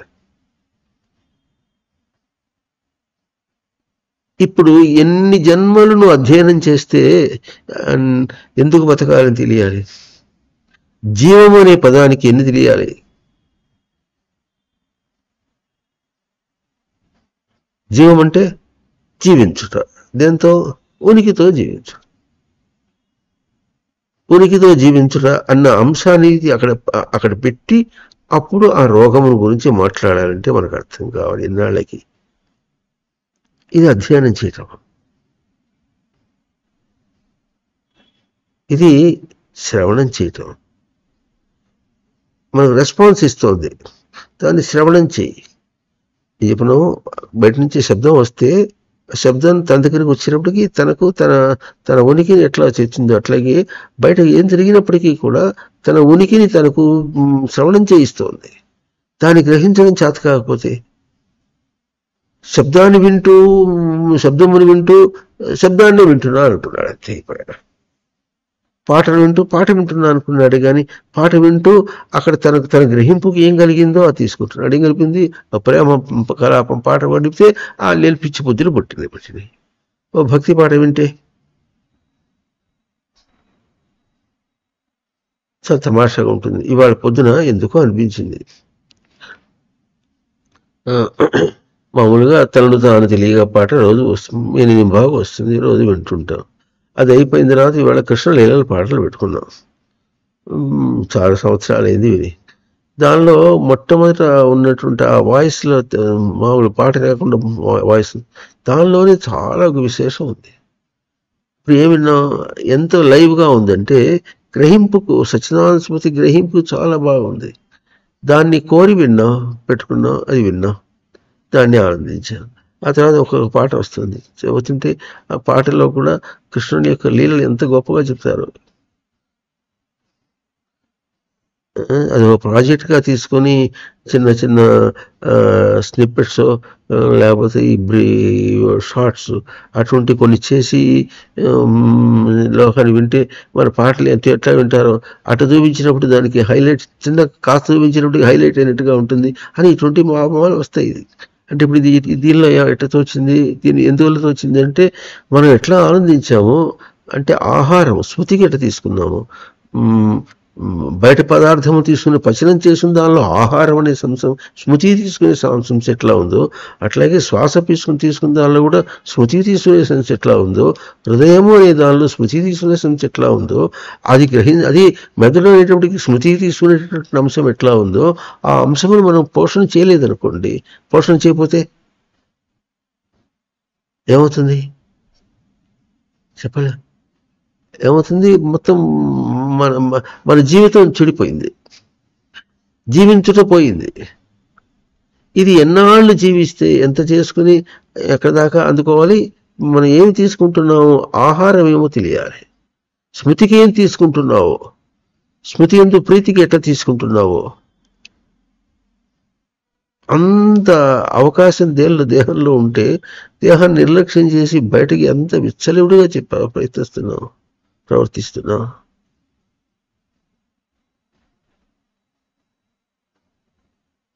ఎంత విసలిబిడిగా ఉంటే రోగం వస్తే కూడా తెలియటంలే, రోగం దాకా వచ్చినా తెలియటంలే.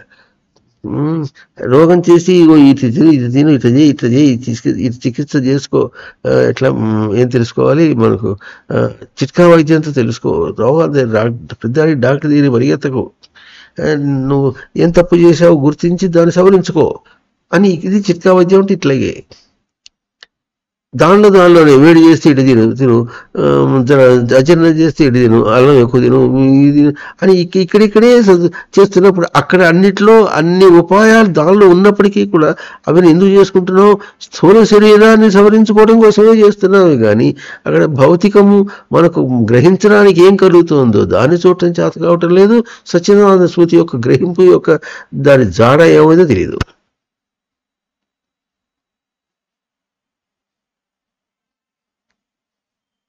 అయ్యా ఏమొచ్చింది, గ్యాస్ వచ్చింది. గ్యాస్ వస్తే ఏం చేయాలి, మరి హోమియోపతిలో లైకోపొడియం వేసుకుంటే, పైన గ్యాస్ వస్తే లైకోపొడియం వేసుకుంటే సరిపోతుంది. అది 200 వేసుకోండి, 200 వేసుకుంటే బాగా పనిచేస్తుంది. అది అబ్డమన్కి కిందగా వస్తే తీసుకోవాలి, లైకోపొడియం కార్బోవిజ్ వేసుకోండి, కార్బోవిజ్ 30లో వేసుకోండి, అది వేసుకుంటే అది అవుతుంది. ఈ రెండింటిలో ఏదైనా తేడా వస్తే ఏది ఆధారం అంటే మరి లోయర్ అబ్డమన్లోనే కడుపు ఉంది కానీ అక్కడ తేడా వస్తుంది కనుక మరి అప్పుడు కార్బోవిజే వేసుకోండి మళ్ళీ అని చెప్పారు. ఇది ఎంతవరకు వేదవాక్కులాగా ఉంటుంది మనకు, అది కూడా తెలియదు. డాక్టర్ దగ్గర పెడితే ఏదో చెప్తుంటాడు, ఏదో మందులు వేసుకుంటాడు, సరిపోతుంది. ఇది చెప్తే సాక్షాత్ దేవుడనే దిగి వచ్చాడు అనుకుంటాం. అంటే స్థూల శరీరమునకు స్థూల శరీరం యొక్క భాషలోనే స్థూలంగానే మాట్లాడుకుంటూ ఉన్నటువంటి ఇంతదాకా ఇక్కడిదే మనం అర్థం చేసుకోకుండా అది తీసేసి దానికి ఏమంటున్నాం, తనను తాను తెలియాలంటే 3 అంశములు. తనను తాను తెలియటం అనేటువంటిది అది కేవలం అభౌతిక స్వరం, అది తెలియాలి. అది తెలియాలంటే ఏం చేయాలి, తనకు భౌతికంగా కలిగినటువంటి అంశములు ఉన్నాయి. ఏమిటి, మనసు, బుద్ధి, చిత్తం, ఇవన్నీ కూడా ఇంద్రియాలు, ఇవన్నీ కూడా తనకు కలిగినటువంటి అనమాట. ఎట్లా ఆ కలిగినటువంటి వాటిని శుద్ధి చేసుకోవటం. అది శుద్ధి చేసుకోవటం అంటే ఎట్లా ఉంటుందో, తన ఇంద్రియములు ఏమిటో, తన మనసు ఏమిటో తనకు తెలియాలి. తన మనసు ఎట్లా రెస్పాన్స్ తీసుకుంటుంది తనకు తెలియాలి. ఆ తర్వాత తను ఏం తింటున్నాడో, ఎట్లా తింటున్నాడో, పోషిస్తున్నాడో స్థూలం అది తెలియాలి. తన పరిసరములు ఎట్లా ఉన్నాయో, చుట్టూ ఉంటున్నారు, ఎవరెవరితో తిరుగుతున్నాడు, ఏం తిరిగితే ఏం వస్తుందో ఇది తెలుసుకోవాలి. ఇది అంటే తన ఆవరణలు అనమాట. తన ఆవరణ తెలుసుకొని తన ఆవరణలో తను ఉండాలి. తన ఆవరణ అన్నింటినీ కూడా తనకి ఎట్లా కావాలనో అట్లా ఏర్పాటు చేసుకుంటే సరిపోయింది. అట్లా కాకుండా మించి విషయాత్మకంగా పోతే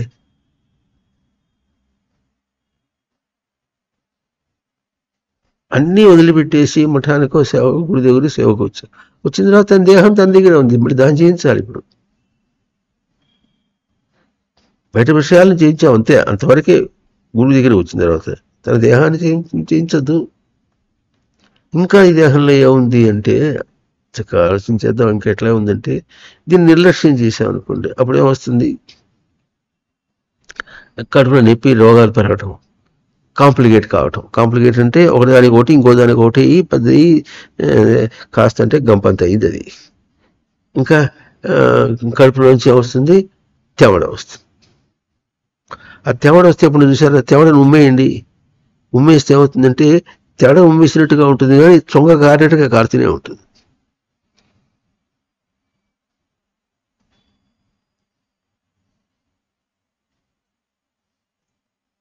అంటే తిరిగిటెళ్ళే లోపల ఎంత ఉందో చెత్త. ఈ చెత్త ఎట్లా వచ్చింది? నువ్వు పేర పెట్టుకున్నందువల్ల వచ్చింది. కళ్ళే వస్తుంది. కళ్ళే అంటే తెలిసిన మీకు, వేస్తే బాగా ఉండగా సాలిడ్గా వస్తుంది. దగ్గినప్పుడు సాలిడ్గా వస్తుంది, దాన్ని కళ్ళే అంటారు. ఆ కళ్ళే వస్తుంది. అది వస్తున్న కొద్దీ దగ్గుతున్న కొద్దీ ఇంకా వస్తూనే ఉంది, దగ్గుతున్న కొద్దీ ఇంకా వస్తూనే ఉంది. ఎందుకు వస్తుందో తెలియదు. తను ఏం తప్పు చేశాడు అన్న అంశం తన వైపు నుంచి చూసుకోవడం చేత కావాలి. అది చాలా గొప్ప విషయం. ఆ పాటలు ఎట్లా ఉంది? చన్ను వెదకి పట్టెను, వెదకిన తెలివి తెలియక. బయటికి ఎందుకు వెళ్ళావు తెలియదు. పాలు త్రాగి దృశ్యముందే దర్శనమగు తనని విడిచి.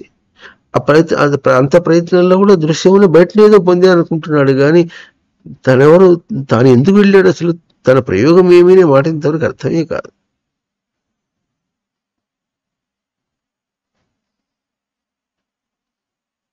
అవునా? అందువల్ల మరి ఇంకా ముక్కులోంచి చీముడు వస్తుంది. కళ్ళే ఎట గబుక దగ్గి ఒక ఉండలాగా అప్పుడు గబుక్కున ఏమంటే మింగేస్తాడు మళ్ళీ. దాన్ని కూడా అవకాశం ఉంటే ఉమ్మేస్తాడు, లేకపోతే మింగేస్తాడు, మళ్ళీ వస్తుంది. ఇక ముక్కులోంచి చీముడు వస్తూ ఉంటుంది. ఆ చీముడు ఏం చూపిస్తుంది? బాగా చూడండి ఎట్లా ఉంటుంది. చీదిన కొద్దీ ఇంకా వస్తూ ఉంటుంది. ఆ చీమి తీదినప్పుడు ముక్కు సర్దుకుంటుండే లోపలే ఇది కడుక్కోవాలంటే కింద కొళాయి కింద పెడితే కూడా దాని దుంపది పోనే పోదు అంతసేపటికి. జిగట అది మనకేం చూపిస్తుంది? అంత జిగురుంది నీ లోపల, నీ బుద్ధి గ్రాహ్యంలో అంత జిగురుంది. విడిచిపెట్టడం లేదు విషయాన్ని.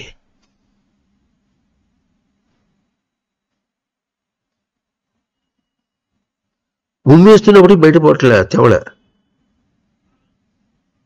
అంత ఇరుక్కుంటున్నావు. సరిగ్గా ఉమ్మేయటంలే, బుద్ధిని వదిలటంలే.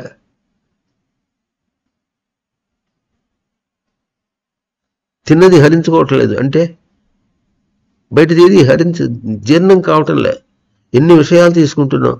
తిన్నాను హరించకపోతే తన ప్రయోగ దోషం ఏమిటంటే బయట విషయాలు తీసుకుంటున్నావు. బయట విషయాలు తనకు హరించడం అంటే తీసుకోవడం చేత కావటం లేదు. ఎట తీసుకోవాలి? అది ఒక భౌతికముని ఇవ్వాలి. తను గ్రహించడానికి యోగ్యమైనటువంటి భౌతికం కలగాలి. కలిగితే అవి తీసుకుంటాడు. గ్రహించడానికి యోగ్యం కాకుండా కలిగితే తీసుకోలేడు. ఈ తేడా మనకు మాటి మాటికి కనిపిస్తుంది. ప్రతి చిన్న విషయంలో కనిపిస్తుంది. అంతటా కనిపిస్తుంది. అంతటా కనిపిస్తుంటే మనం దర్శనం చేయకపోతే, ఇప్పుడు ఎన్నాళ్ళు అధ్యయనం చేస్తే తెలుస్తుంది.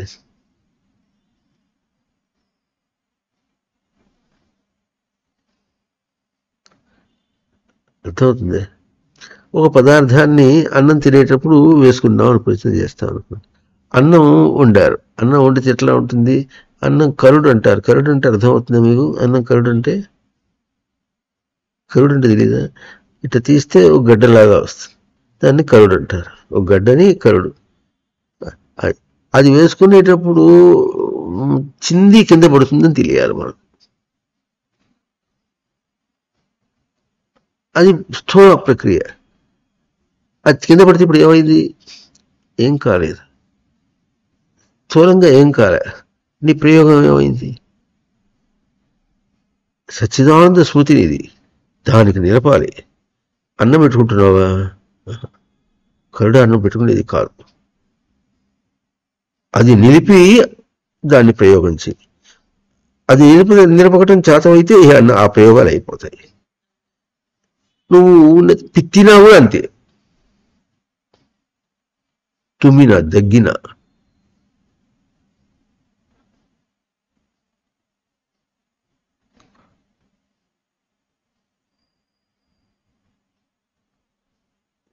స్మృతి ప్రయోగం. స్మృతి ప్రయోగం ఎప్పుడేం తెలుస్తుంది? అక్కడ కలిగింది ఏమిటంటే దేహాన్ని విచ్చలవిడిగా వాడుకున్నా. పిచ్చులు ఎందుకు వస్తాయి? దగ్గు ఎందుకు వస్తుంది? విచ్చలవిడిగా వాడు అని తన గ్రహింపుకు తెలిస్తే, తన తప్పు తనకు తెలిస్తే, ఇప్పుడు అటువంటి ప్రయోగం చేయకుండా ఉంటే ఎట్లా ఉంటుంది? ఇప్పుడు దానిలో ఇంకో విషయం చెప్పుకుంటాం. మొట్టమొదటిసారి ఏం చెప్పుకున్నాం? అసలు ఆకలిని వచ్చినప్పుడే దాన్ని ఎట్ట మట్టు పెట్టాలో కాక జారిపడిపోయి ఇవన్నీ తినటం వల్ల మొదలు పెట్టామంటే ఎట్లా ఉంటుంది? ఇక విచ్చలవిడి దాని ఇష్టం. ఎందుకంటే దేహం దాని డిజైన్ కాలేదు అట్లా. సచ్చిదానంద స్మృతిని చక్కగా నిలపడానికి వచ్చింది. దాన్ని భౌతికంగా కాకుండా స్థూలమైనటువంటి పరిభాషలో మాట్లాడుకుని దానికి ఇంత తిండి పెట్టి చేయాలి, అంత చేస్తే అతిథి వస్తుంది, కారం తింటే కానీ పనులు చేయలేమండి. ఏం పనులు చేయాలండి? కంఠం పిసుకోవాలండి. కారం తినకపోతే పనులు చేయలేమండి. మాంసం తినకపోతే పనులు చేయలేమండి. ఏం భాష ఇది? విత్డ్రాయల్ లేదు, ఉపసంహరించుకోవటం అనేది తీయట్లేదు. ఒక సూత్రం చెప్తాను చూడండి. భగవద్గీత మనకి ఇచ్చే 9వ అధ్యాయంలో ఏమిస్తుందంటే, నువ్వు ఎంత గొప్పగా చేసినప్పటికీ కూడా ఇమం లోకం అనిత్యం అసుఖం. ఈ లోకమంతా కూడా నిత్యం కాదు. అంటే నువ్వు ఏం చేసినా ఇది ఇట్లా అని చెప్పడానికి లేదు. బయటగా దర్శనం, లోకులు దర్శనే, మనం దృశ్యమును దర్శనం చేసుకుంటూ చెప్తే ఇది అనిత్యం, నిత్యం కాదు. అనిత్యంగా అసుఖం. అసుఖ శబ్దాన్ని చెప్పుకున్నాం. శుభంగా ఖనతి ఇది సుఖం. శుభంగా తవ్వి చేయగలిగినటువంటి కార్యము ఈ లోకంలో లేదు. నువ్వు ఎంత గొప్ప సాధన చేసినప్పటికీ కూడా బయటది ఎట్లా ఉంటుంది అంటే, బయట స్థూల స్థానంలో పోయి భౌతికమును దర్శనం చేయాలంటే నువ్వు ఎంతగా పెట్టినప్పటికీ కూడా దాని స్వరూపం అదే. ఎందుకు? అక్కడ మొట్టమొదటి ఎక్కడ దెబ్బతిన్నావు? ఆహారం దగ్గర దెబ్బతిన్నావు. తిండి, ఆకలి అనేది వచ్చినప్పటికీ అక్కడ జిజ్ఞాస అనే మాట తెలియకుండా స్థూలమునకు ప్రయోగం ఇచ్చి అది ఒక స్థూల భాషగా మాట్లాడేటప్పటికీ ఆ స్థూల భాషకు ఏదో పోయినప్పటికీ అది నీకు భౌతికమునకు అందలే. నీ గ్రహింపుకు అందలేదంటే భౌతికమునకు అందలేదు.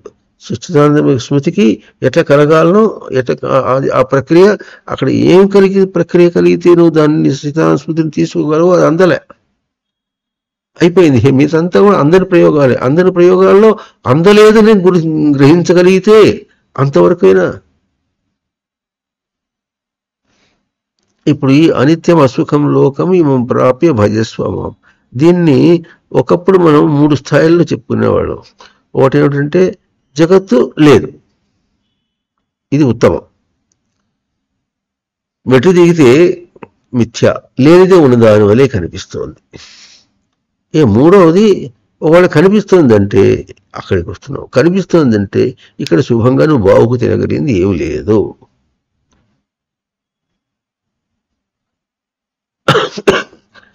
ఇప్పుడు ఈ అధమ స్థాయి అనమాట.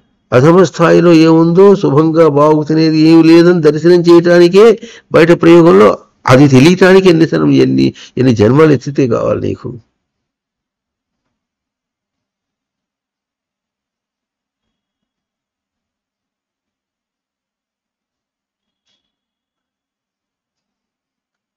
అర్థమవుతుందా? ఎంత అధ్యయనం చేయాలి? ఇదంతా అధ్యయనం అని తెలుసుకో. ఆ పదం వాడుతున్నారు ఇక్కడ. ఇది బతుకు కాదు, బతుకు చావులు అర్థం కాదు. వచ్చేనేమో ఉన్నదేమో పోయేనేమో తెలియగా ఇట్టట్టు తిరుగు శునకమాయ తానేమో తనను విడిచి. తను ఎందుకు వచ్చాడో అర్థం కాలేదు, తన ప్రయోగం ఏమీ అర్థం కావటం లేదు. తన ప్రయోగం ఏమి, ఎందుకు ఇదంతా జరుగుతుంది? తన ప్రయోగం సరిగా ఉంటే సరిగా రావాలి.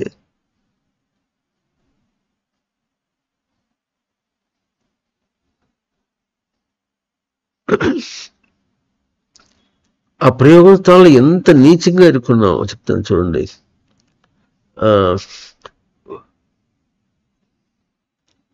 వస్త్రము ఆచ్ఛాదన ఉన్నారు. ఆచ్ఛాదనగా ఉండాలంటే అర్థం ఏంటంటే కప్పుకున్నట్టుగా ఉండాలి. రాత్రి కప్పుకుంటే ఏం కనిపిస్తుంది? లోపల దేహం కనిపిస్తుందా? కనిపించదు. దేహం యొక్క రూపురేఖలు కనిపిస్తాయా? కనిపించదు. అట్లా కప్పుకోవాలి. వస్త్రం కట్టుకుంటే అంతే, అవయవాలు రెండు కాళ్ళుగా రెండుగా కనిపించకూడదు, చేతులుగా ఎంతవరకు బయటకు కావాలో అంతవరకే ఉంటుంది. అట్లా ఈ రోజులో తిరగాలంటే చాలా కష్టం అండి. అంటే కష్టం అని చెప్పేసి వేసుకుంటే ఆ ప్యాంట్లు వేసుకుని ఎట్లా తీసుకుంటుంటే ఈ మగపిల్లలు ఆడపిల్లలు అంతా ఇదే వేసుకుంటూ పోతుంటే అందుకనే వేసుకుంటున్నాం.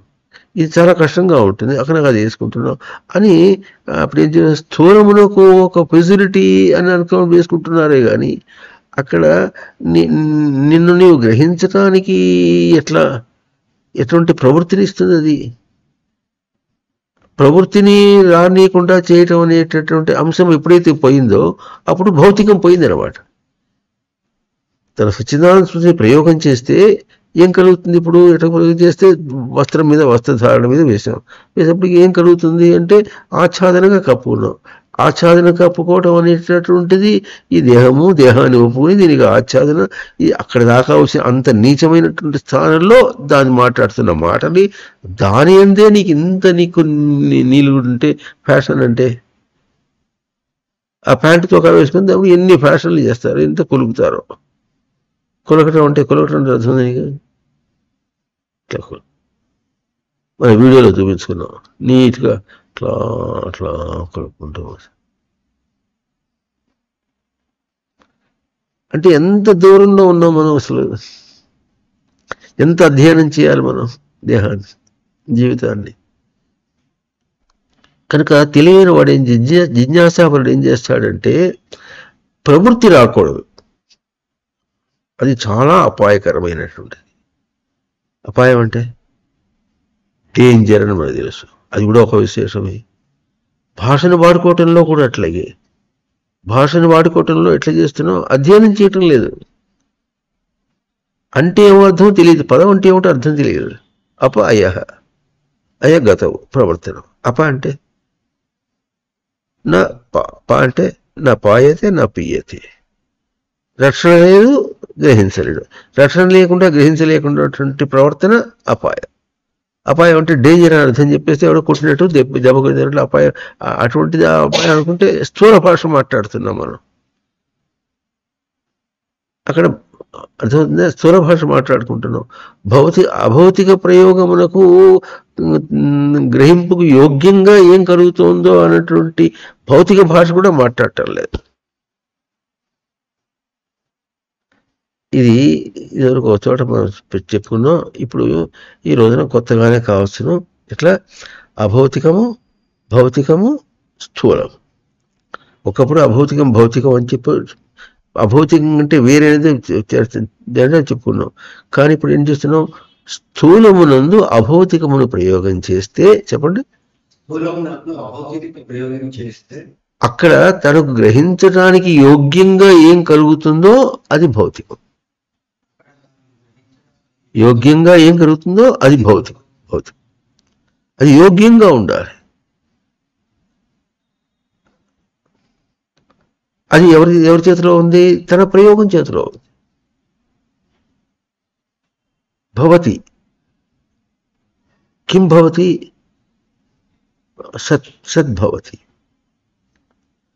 తన ఉనికి అక్కడ గ్రహించడానికి యోగ్యంగా తీసుకోవాలి. కుదురుగా లేదు, హాయిగా లేదు, ప్రీతిగా లేదు. ఇవన్నీ కూడా తనకు కలుగుతున్నటువంటి భౌతిక విషయాలు. ఈ భౌతిక విషయాలు అక్కడ లేకపోతే ఎందుకున్నావు? అప్పుడు నీ ప్రయోగం ఎక్కడ తప్పు ఉంది? బయటకు ఉందని తప్పంటే, స్థూలం ఉంది తప్పంటే అది ఎట్లా వస్తుంది? అవునా? అట్లాగే దాని ఏం చెప్పినాం, అన్నం వేసుకుంటుంటే ఎట్లా, ఆ తర్వాత పప్పు పులుసు వేసుకుంటాం. కబుక్క వేసుకుంటే చింది ఒంట్లో పడుతుంది. తెలియపోతే ఎట్లా?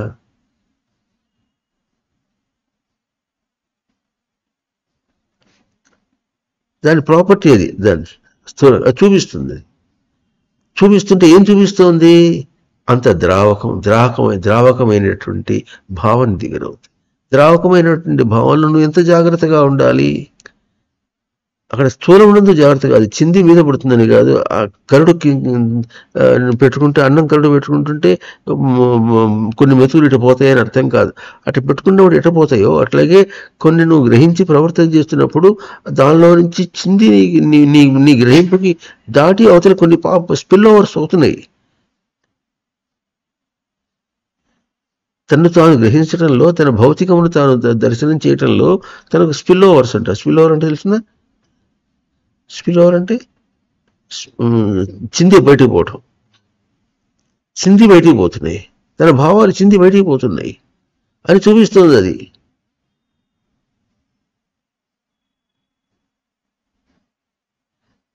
నీళ్లు తాగుతుంటే నీళ్ళు స్పెసిఫిక్ గ్రావిటీ ఎంత? 1. మిగతావన్నీ డెన్స్, అంటే దానికి వాటికి స్పెసిఫిక్ గ్రావిటీ ఎక్కువగా ఉంటుంది. ఎందుకు చూపిస్తోంది? ఈ గ్రహింపులో కూడా ఉంది స్పెసిఫిక్ గ్రావిటీ అంటే గ్రహించడం. ప్రతిదీ చూపిస్తుంది. నీళ్లు తాగుతుంటే, నీళ్లు ముట్టుకుంటే ఎట్లా ఉంటుందో, ఇంకోటి రక్తం ముట్టుకుంటే ఎట్లా ఉంటుందో, పులుసు ముట్టుకుంటే ఎట్లా ఉంటుందో, పప్పు ముట్టుకుంటే ఎట్లా ఉంటుందో, కూర ముట్టుకుంటే ఎట్లా ఉంటుందో ఏం చూపిస్తుంది? భౌతికం ఏం చూపిస్తుంది? స్థూలం చూపించట్లే, భౌతికం ఏం చూపిస్తుంది? అటువంటి తేడా ఉంది నీ గ్రహింపులో. అవునా? అటువంటి తేడా ఉంది నీ గ్రహింపులో. నీ గ్రహింపులో తేడా ఉంటే ఆ తేడాన్ని కూడా ఎక్కడ చూస్తున్నావు నువ్వు? తన అభౌతిక ప్రయోగంతో చూస్తున్నావా, భౌతికంతో చూస్తున్నావా? అది తెలియదు. ఆ తెలివి ఏమో అర్థం కాదు. అది తెలిస్తే ఇప్పుడు కేవలం స్థూలం మీద తేడా చూస్తున్నావా, లేకపోతే సూక్ష్మమైనట్టు గ్రహింపునంత తేడా చూస్తే, ఈ స్థూలం మీద తేడా చూసి ఈ తేడాకి కావాల్సినటువంటి తెలివి తన దగ్గరే ఉన్నదని చూస్తే, ఆ తెలివిని తాను కేవలం సూక్ష్మమైనంత ప్రయోగం చేసి చూస్తే అప్పుడు తన తప్పు తనకు తెలుస్తుంది. తన ప్రయోగంలో తేడా ఉంది.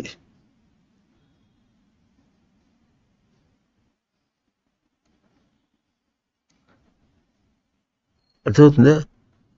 ఓ రాయి గట్టిగా ఉంది, జియాలజీలో హార్డ్నెస్లో 10 చూపిస్తారు. Diamond is 10, mica is 1. Mica అని తెలుసా? మైకా అని ఒక పదార్థం ఉంది. ఒకప్పుడు గూడూరు రైల్వే స్టేషన్లో మైకా ఇది పడి ఉండేవి. ఇక్కడ మైకా గనులు ఏవో ఉన్నట్టుండేది. ఇప్పుడు ఒకప్పుడు ఉంటూ 60 సంవత్సరాలు వెనక రైల్వే స్టేషన్ దగ్గర పోతేనే పెచ్చులుగా పడి ఉంటాయి, సన్నగా పెద్దగా ఉంటాయి, పెలుసుగా ఉంటాయి అన్నమాట. దాని ఆడలే ఎంతో చెప్తావాళ్ళు. అది డైమండ్ 1. అప్పుడు కొన్నాళ్ళు దాని మీద ప్రయోగం చేసినప్పుడు అట్లా పోతూ ఉంటే ఏది కనిపిస్తుంది, దీని హార్డ్నెస్ ఎంత ఉంటుంది, దీని హార్డ్నెస్ ఎంత ఉంటుంది, తమాషాగా ఆటలాడుకుంటున్నట్టుగా ఆటలాడుకుంటూ చేసుకుంటే ఇంత చేస్తున్నావు సరే బాగా ఉంది. అది చూసేటప్పటికి ఆ హార్డ్నెస్ తేడా ఇంత సైన్సెస్లో ఎన్ని చూపిస్తున్నాం, ఎన్ని తెలుసుకుంటున్నాం. ఇవన్నీ తెలుసుకునేటువంటి తెలివి ఎక్కడుంది? తన దగ్గర ఉంది. ఏం తెలివి ఉంది?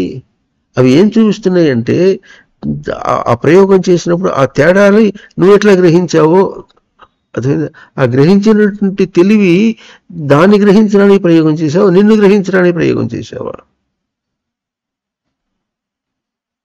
తెలివి తనది.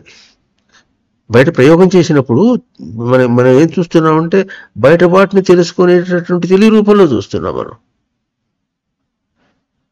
అదే ఆ తెలివి రూపంలో చూస్తున్నప్పుడు ఆ తెలివి యొక్క స్వరూపం ఏమిటో తెలిస్తే అప్పుడు తను ప్రయోగం చేసినప్పుడు తన ప్రయోగానికి అక్కడ ఏం కలిగిందో ఆ తేడా వస్తే ఆ ప్రయోగానికి ఆ తెలివిని ఉపయోగించేసి తనకు గ్రహించడానికి యోగ్యంగా భౌతికాన్ని ఎట్లా సవరించుకోవాలనో అప్పుడు తెలిస్తే, అప్పుడు సాధనాంశం తనకు తెలిస్తే అప్పుడు తన ప్రయోగం యొక్క విలువ తనకు తెలుస్తుంది. లేకపోతే సచ్చిదానంద స్మృతి అంటే సచ్చిదానంద స్మృతి అంతే. నువ్వెవరంటే సచ్చిదానంద స్మృతి. అర్థమైంది? ఏమర్థమైంది? అధ్యయనం చేస్తే ఇదే అధ్యయనం చేయటం అంటే ధారణగా మళ్ళీ ఒక మాట చెప్పుకుంటున్నాను చూడండి. డైమండ్ పట్టుకున్నాం, గట్టితనం తెలుస్తుంది. మైకా పట్టుకున్నాం, పలుస్తనం తెలుస్తుంది. ఇంకోటి పెట్టుకున్నాం, అది తెలుస్తుంది. ఆ తేడా ఎక్కడ తెలుస్తుంది? తనకు ధారణగా తెలుస్తుంది, తన గ్రహింపులో తెలుస్తుంది. భౌతికంగా తెలియదు అది ధారణ తెలుస్తున్నాడు తేడా చూడటం అనేది. దానిలో దీనిలో పనిచేసేవాడికి వాడికి తెలుస్తుంది, ఇంకో దానిలో పనిచేసేవాడికి ఇంకోటి తెలుస్తుంది. అన్ని తనకు ఎట్లా అంటే ఒక దానిలో నిష్ణాతుడు అంటే ఎట్లా ఉంటుందంటే వాడి ధారణలోనే వాడు మెంటల్గానే వాడికి మైండ్ నిష్ణాతృత్వం వచ్చింది, ఎక్స్పర్టైజ్ అని అనుకుంటాం. ఇటువంటి భాషలు మాట్లాడి అక్కడికే మనం తృప్తి వెళ్ళిపోతే అక్కడ ఏం కలుగుతోంది? అక్కడ ప్రయోగం చేసినప్పుడు తన సచ్చిదానంద స్మృతికి గ్రహించడానికి తనకు ఆ తెలివి తనలో తనది ఉన్నది. ఆ తెలివిని తీసుకెళ్ళి ఎక్కడ ప్రయోగం చేశాడు? స్థూలం మీద ప్రయోగం చేశాడు.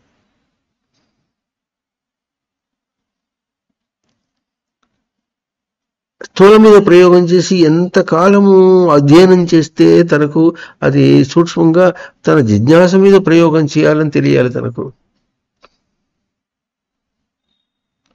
ఎంతకాలం అధ్యయనం చేస్తే నథింగ్ ఈజ్ ఫిజికల్, స్థూలం కాదు. Nothing is solid. ఇంగ్లీష్లో సంస్కృతం ఎటు చెప్పును? అభౌతికం, భౌతికం, స్థూలం అని చెప్పు. ఇంగ్లీష్లో చెప్పాలంటే నాన్ ఫిజికల్, ఫిజికల్. ఆ తర్వాత గ్రాస్ ఒక పదం చెప్పుకున్నాడు.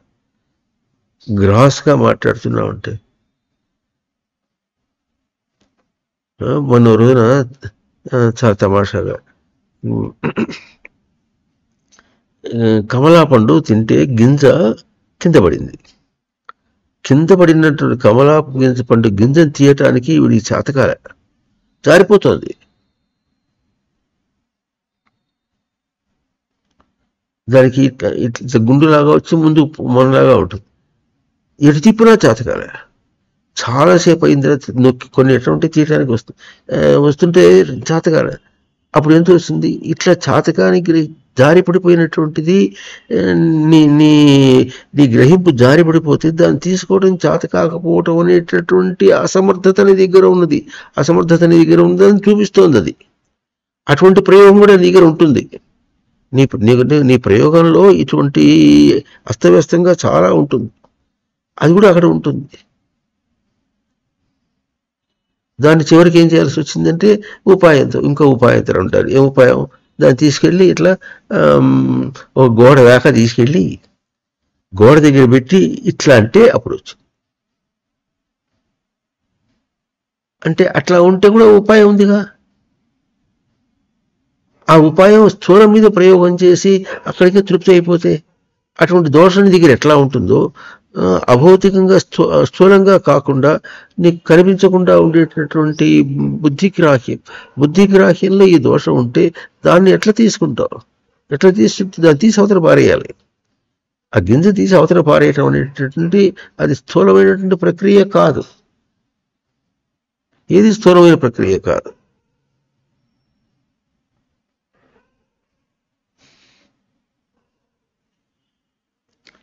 కింద నూనె కానీ నెయ్యి కానీ జిడ్డు కింద పడిపోతుంది.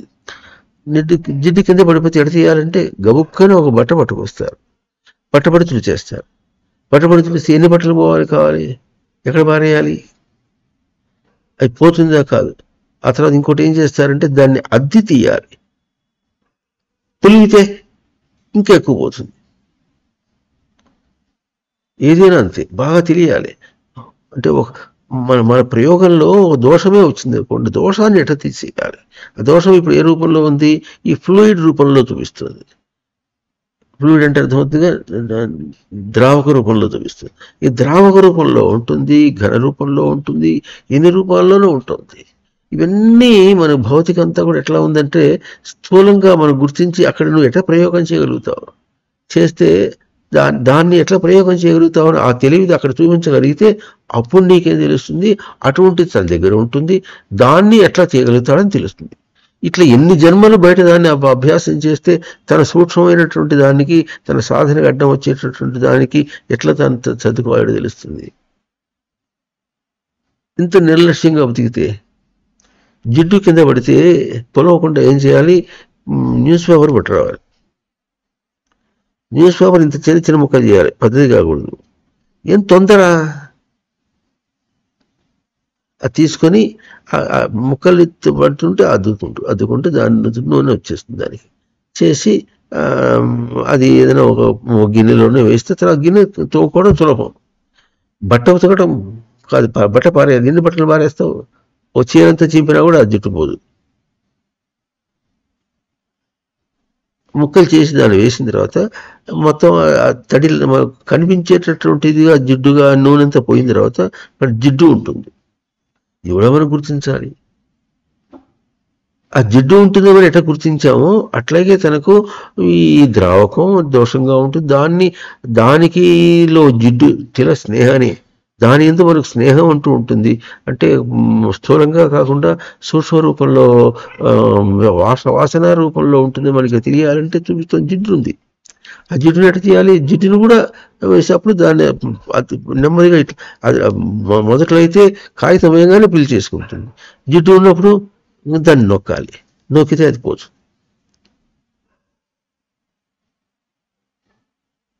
గబుక్కుని బట్ట తుడి చేస్తే అవుతుంది, అది కడిగేస్తా.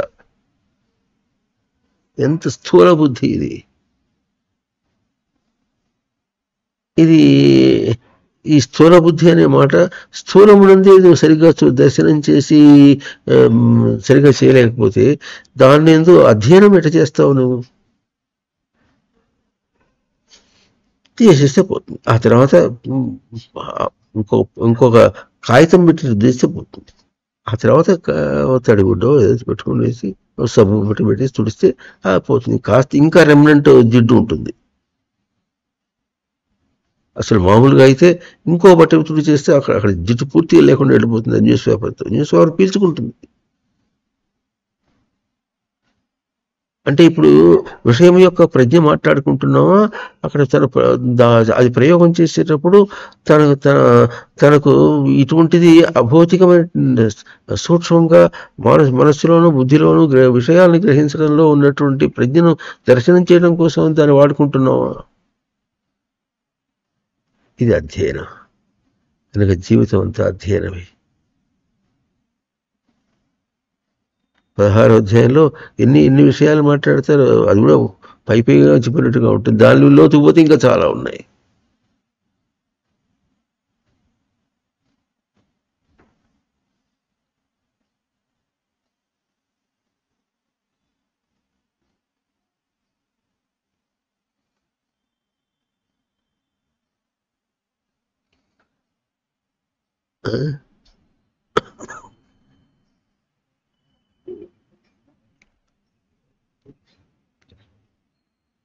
ఇట్లా మన చరిత్ర అంటే గతి భక్షణం. ప్రవర్తించి ఏం తీసుకుంటున్నావు?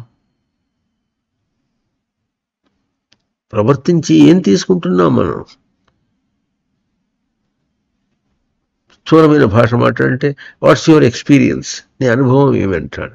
అనుభవ శబ్దానికి కూడా ఎక్స్పీరియన్స్ అంటే అర్థంగా, అనుభవం అంటే దాంతో ప్రేరణ లేకుండా నీకు నీ గ్రహింపుకి కావలసినటువంటి ఏముందో అదో కలుగుతోంది. అది తీసుకున్నావా? అది కలుగుతుంది అక్కడ. ఎంత వినయంగా చేయడానికి ప్రయత్నం చేయాలి. అందరూ ప్రతివాడు తెలివైన వాడు అనుకుంటాడు, ఎంతో వినయంగా చేద్దాం అనుకుంటాడు. తను అంతకంటే అందరూ ఇంటికి వచ్చేటప్పటికి ఇంటికి తను పెద్ద, ఆఫీసులో చిన్న, ఇంటికి వచ్చేటప్పటికి పెద్ద. అక్కడేమో చిన్న వేషం వేస్తాడు, ఇక్కడ పెద్ద వేషం వేస్తాడు. ఏ ముసలాడైపోతే ఇంకా చెప్పని అక్కడ జుట్టు నెరిసిందిరా, జుట్టు అందరికీ తెలుస్తుంది, నీకేమీ లెక్క. ఇటువంటివన్నీ లోకంలో వీటిని మన పొగరు అణుచుకునేటటువంటి మాటలు, భాషలు, చేష్టలు ఎదురు రావటం అనేటువంటి ఇవన్నీ కూడా మనకు కనిపిస్తుంటాయి. ఎదురు దెబ్బలనుకుని మాట్లాడుకుంటామే కానీ అది ఎందుకు వచ్చింది? Right way. నీకు వచ్చినటువంటి కష్టం ఉందంటే కరెక్ట్. ఇప్పుడు నువ్వు దానికి అర్హుడవు గనక ఆ అర్హతలో నువ్వు ఎట్లా నీకేం కలుగుతుందో నీ దర్శనం చేసి చూసుకోవడం కోసమని. ఇట్లా నీ సత్యనారాయణ స్మృతికి ఏమవుతుందో అటువంటికి దాన్ని దర్శనం చేయడానికి ఎటువంటి తెలివి కావాలో ఆ తెలివిని స్థూలమైన ప్రయోగంలో కలిగింది కనుక దాని యందు నువ్వు అటు జరిగింది ఏడవకు. నీ గ్రహింపు ఎట్లా ఉందో చూడు, అదేం కలుగుతుందో చూడు. ఇప్పుడు దాన్ని అధ్యయనం అంటే ఏం అధ్యయనం చేస్తావు? భగవద్గీత శ్లోకాలను అధ్యయనం చేస్తావా? నీ బతుకును అధ్యయనం చేస్తావా?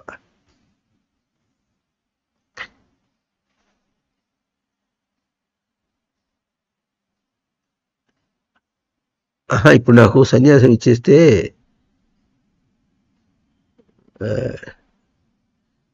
అంత తర్వాత ముందు తన బతుకు తనకు అర్థమైతే తర్వాత సన్యాసం.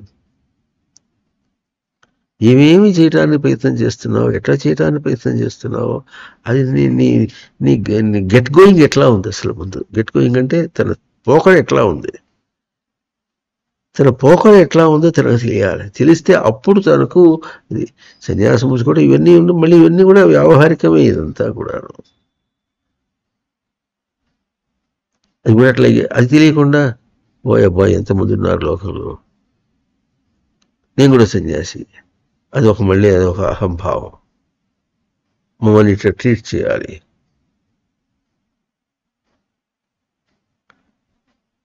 ఇది సన్యాసి అంటాడు కానీ సన్యాసించినటువంటి మాట కూడా చెప్పద్దు. సన్యాసించిన వాడంటే ఎట్లంటే అర్థం, అది చాలా గొప్ప విశేషం. అది కదిలిస్తే మాట రావద్దు. ఆ మాట కూడా ఎట్లా వస్తుంది? అది కూడా పరోక్ష జ్ఞానంతో వస్తుందా, ప్రత్యక్ష జ్ఞానంతో వస్తుందా అని తర్వాత వేరే విషయం. మాట అయినా సరైన దృష్టితో ఉంటే, వినగా వచ్చిందో, శాస్త్రంలో అధ్యయనం చేయగా వచ్చిందో, తన స్వతసిద్ధంగా కలిగిందే వచ్చిందో, గురువు మాటలే చెప్పుకుంటూ సరే. ఎట చిలక పలుకులు అంటారు, చిలక పలుకులే పలుకుతుందో తెలిసిపోతుంది. చిలక పలుకులే పలుకుతున్నాడో కాస్త అధ్యయనం చేసి పలుకుతున్నాడో తేడా వస్తుంది. చిలక పలుకులు పడడం అనేది అట్లా ఉంటుంది. అందరూ చెప్తారు, 4 మాటలు చెప్తారు, ఎవరైనా శ్రవణం చేసినా చెప్తారు. అట్లా కాకుండా కొంత అధ్యయనం చేసి తను కూడా కొంత మననం చేసి చెప్పినటువంటి మాటలు కొన్ని వేరుగా ఉంటాయి. అది కాకుండా ఇంకెట్లా ఉంటుంది? మననం చేసినట్టు కాకుండా కేవలం తనలోనే తన గత జీవితంతో పోల్చుకొని ఎట్లా ఉంటుందో, తను ఇదివరకు శ్రవణం చేసినటువంటి విన్నవి అక్కడ వీటి కూర్చుని దానిలో తన ప్రయోగం చేసి చూసుకున్నటువంటి చెప్పి అంటే ఇన్నోవేటివ్గా అంటారు. ఇన్నోవేటివ్గా తనకు స్వతసిద్ధంగా ఎన్నోటి మాటలు వస్తాయో అది అక్కడ దాకా పోతుంటే అది ఆ అనుభవంలో వెళ్ళిపోతుంటాడు. నేను చెప్తున్నాను మాట కూడా రాకూడదు. ఇంకా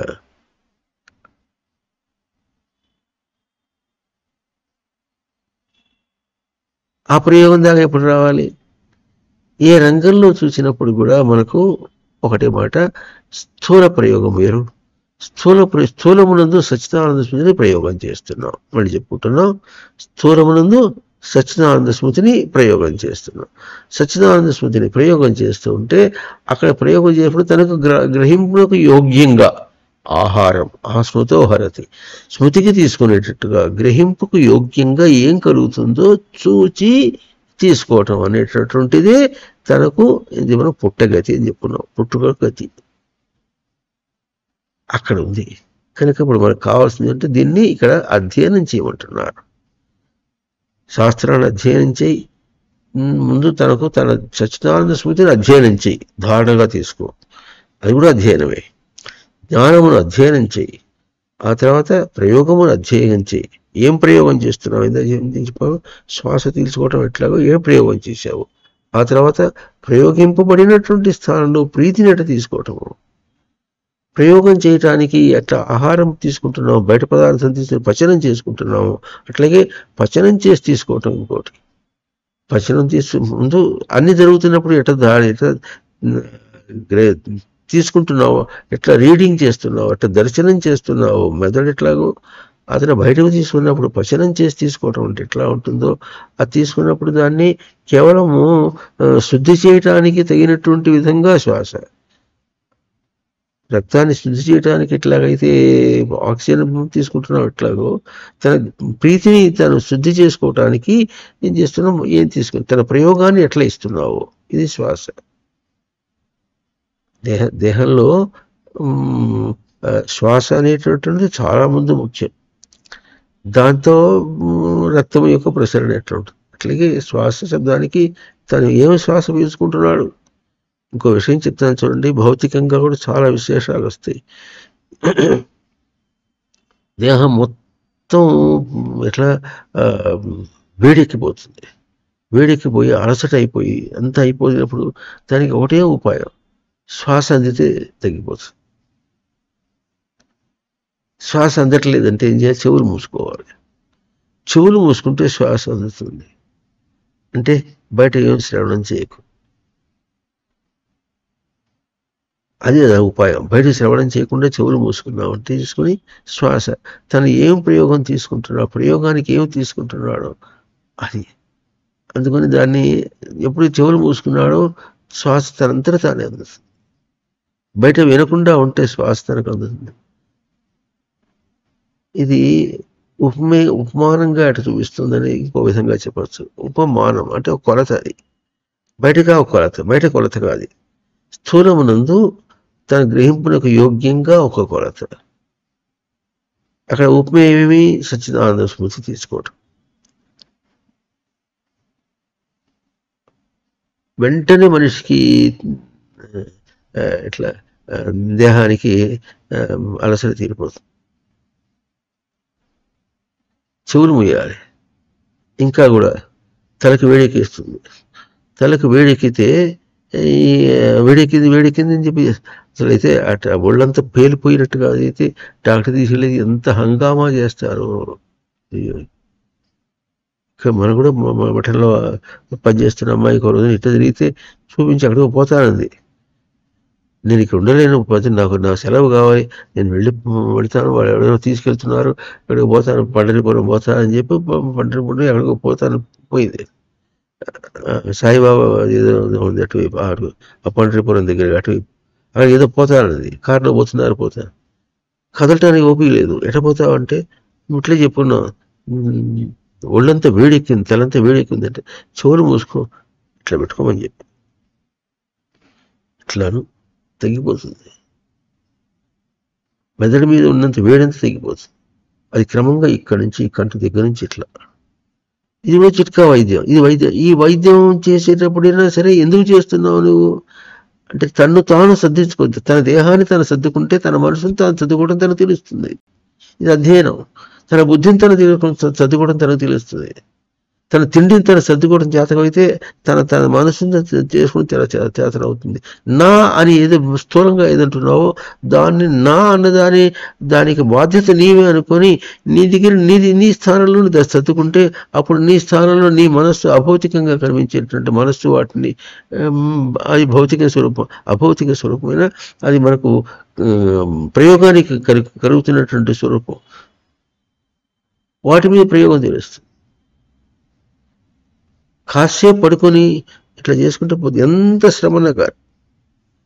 అసలు ఒంటి మీద కాళ్ళ మీద పడుకోవాలి. అన్నిటికీ చికిత్స పడుకోవడం అంతే.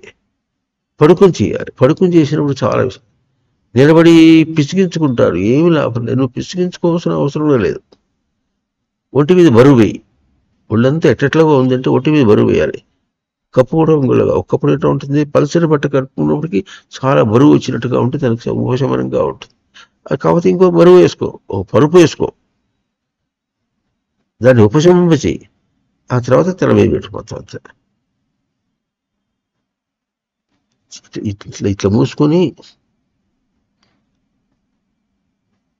ఇట్లా మూసుకొని కన్ను మూయి. ఇట్లా ఇట్లా ఇట్లా పిసకద్దు, ఇట్లా పట్టుకో అంతే. కాసేపు అట్లాగే ఉండని, ఇట్లా పరిగెత్తద్దు. ఇట్లా శ్వాస అందుతుంది చూడండి బాగా. అట్లా పట్టుకున్నప్పుడు నీకు శ్వాస అందుతుంది. ఇది అయిపోయిన తర్వాత కాసేపు అయిన తర్వాత ఇక్కడ నీకు కాస్త తేడా వచ్చింది, రిలీఫ్ వచ్చింది. అప్పుడు ఏం చేయాలి, ఇంకొంచెం పైకి, ఇంకో ఇట్లా. అసలు పాయింట్ ఇక్కడ ఈ రెండు కొమ్ములు ఉండే చోటు, ఇది ఈ రెండు కొమ్ములు ఉండే చోటు. అక్కడ ఎంత ఉంటుందో అంత ఉంటుంది. అక్కడ దాకా వెళ్ళిట్టాను ఇంతే. నూనె వేసి రుద్ది కొట్టించుకొని ఎంతో అవస్థపడుతుంటారు పిచ్చోళ్ళు. ఎవ్వరొద్దు, తన చేతులు చాలు. అది చేస్తున్నప్పుడు, శ్వాస పిలుస్తున్నప్పుడు దర్శనం చేయి. నీ ప్రయోగం చేత దేహాన్ని, స్థూలాన్ని ఎట వశం చేసుకున్నావో అట్లాగే తన ప్రయోగం చేత తన సూక్ష్మభావాన్ని, అంటే మనకు భౌతికంగా ఏం కలుగుతుందో తన ప్రయోగంతో తనకేం కలుగుతుందో తనకే తెలుస్తుంది. తన తప్పు తనకు తెలుస్తుంది. దర్శనం చేసుకుంటూ రిలీఫ్ చూడు. ఆ రిలీఫ్ అనేది మనకు ఎట్లా ఉంటుంది, తను తాను దర్శనం చేసుకునేటువంటి స్వరూపమే అక్కడ మనకు దర్శనం అవుతుంది. పడక మీద పడుకుని చేయొచ్చు అంతా, అన్నీ కూడా. ఒకవేళ కాళ్ళు పిసుకోవాలంటే కూడా నువ్వే పిసుకో. ఎట్లా పిసుకోవాలో తెలుస్తుంది. ఒళ్ళంతా స్ట్రెస్ రిలీవింగ్ అంటారు. ఒళ్ళంతా స్ట్రెస్ రిలీవింగ్. ఇదంతా చేసేటప్పుడు మనకేం తెలుస్తుందంటే తను తాను దర్శనం చేసుకుంటాడు. ఇట్లాగే తన స్థానంలో తానే తన మనస్సుని నిగ్రహించుకోవచ్చు. అన్ని తన స్థానంలో తను చేయొచ్చు. అది చేయటం ఇది అధ్యయనం. ఇది అధ్యేష్యతే. ఇంత చెప్తోంది అక్కడ మనకు భగవద్గీత శ్లోకాలు. ఎన్ని విషయాలు మన విషయాలే చెప్పింది. అవునా, ఒక చిన్న విషయాన్ని చెప్పుకుందాం. ఈ శ్లోకాన్ని అవసరం ఇట్లా మళ్ళీ వచ్చి వారం చెప్పుకుందాం. ఇట్లా ఉంటుందంటే ఏకశ్లోకి భగవద్గీత తీసినప్పుడు ఇప్పుడు ఈ శ్లోకం మీద ఈ అధ్యయనం అనే పదాన్ని అక్కడ మనం చెప్పుకుంటూ పోతుంటే మరి సచ్చిదానంద స్మృతి ఒకటి, బయట ప్రయోగం అనేది ఒకటి, ఎట్లా తోమ అనేది ఒకటి చెప్పుకున్నాం. ఈ బయట విషయాలన్నింటి గురించి చెప్పారని చెప్పుకున్నాం. ఇది ఇవే జనాధిపాహ అన్నప్పుడు ఈ మూడింట్లో కూడా సచ్చిదానంద స్మృతి ప్రయోగం చేసేటప్పుడు ముందు తనకేం తెలియాలంటే, ప్రయోగం చేసేటప్పుడు నేను సచ్చిదానంద స్మృతి అయ్యే ఉన్నా, అహం జాతునా ఆసమితిన్నా. ఆ ప్రయోగం చేయకపోతే నేను లేనమాట అబద్ధం కాదు. ఇప్పుడు ప్రయోగం ఎందుకు చేయవలసి వచ్చిందంటే గతి బట్టి చాతకాంతరాన్ని దర్శనించి.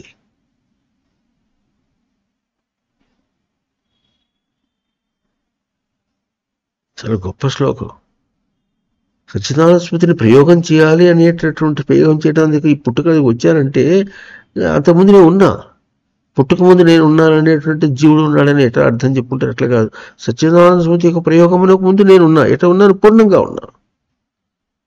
లేదనే మాట అబద్ధం. చెప్పడం ఎట్లా ఉందంటే నెగటివ్ సెంటెన్స్ అది. లేదనే మాట అబద్ధం.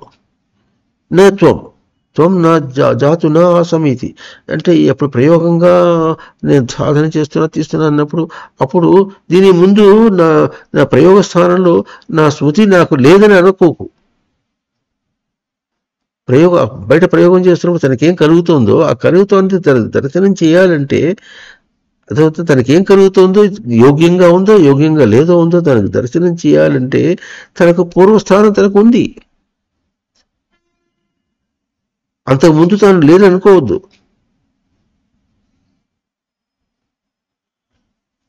అటువంటి అంటే యోగ్యంగా ఉందా లేదా చూసేది ఎవరు? తానెవరు? పూర్వం ఉన్నవాడే. నేమే జనాధిపాహ. ఇవన్నీ కూడా జనాధిపములని చెప్పున్నాం. అంటే తన ప్రయోగానికి వెలుగుగా ధారణగా ఇస్తుంది. ఇప్పుడు ఎన్నో విషయాలు చెప్పుకున్నాం మనం. ధారణగా ఇస్తుంది. అది ఇచ్చే తీసుకోకుండా దాని స్థూల భాష మాట్లాడితే ఎట్లా? అది అందించే తీసుకోకుండా స్థూలమైన భాషతో మాట్లాడితే చాలా తప్పు. అధ్యయనం కాలేదు. శ్రవణం చెయ్యి, అది చెప్తోంది విను. స్థూలమైన శబ్దం వస్తే దానిలోంచి నిన్ను చైతన్యవంతం చేస్తూ ఎట్లా శ్రవణం చేస్తున్నావో అట్లాగే బయటవి చెప్తోంది, శ్రవణం చేస్తున్నాయి. శ్రవణం చెయ్యి. అట్లాగే నీ ప్రయోగం నీకు చూపిస్తోంది, చెప్తోంది నీకు. శ్రవణం చెయ్యి. నీ సచ్చిదానంద ప్రయోగం అనే మాట వచ్చానంటే ఓ పని కోసం వచ్చాను నేను, ప్రయోగం కోసం వచ్చా. ప్రయోగం సరిగ్గా చేయకుండా దాన్ని పాడు చేసుకుని ఇంకేం బతుకుతావు నేను? విను, శ్రవణం చెయ్యి. శ్రవణం చేయాలంటే ఏం చేయాలని చెప్పుకున్నాం మనం. శ్రవణం చేయడం అంటేనే తన ఉనికిని తాను చేకూర్చుకొని పెట్టుకోవడం అర్థం. బయట శబ్దం వస్తున్నప్పుడు తన ఉనికిని తాను దర్శనం చేస్తున్నాడని అర్థం అంతే. అట్లాగే శ్రవణం చేయి. సచ్చిదానంద సమితిని ప్రయోగం చేసేటప్పుడు దర్శనం చేయి. ప్రయోగం చేస్తున్న దర్శనం చేయి. నచేవ న భవిష్యామః సర్వే వయం అతః పరం. దీని తర్వాత మనం ఉండవని కాదు. ఇదంతా అయిపోయిన తర్వాత ఇదంతా పోతే అప్పుడు నేను ఉంటా. ఈ సచ్చిదానంద సమితి ప్రయోగం కానీ దానివల్ల ఏం కలుగుతుందో అని భౌతికం కానీ అది అక్కడ స్థూలమైన కానీ ఇవన్నీ వీటిని గురించి ఇంత నాటకం ఆడాను. ఇన్ని జన్మలు నాటకం ఆడాను చూసారా.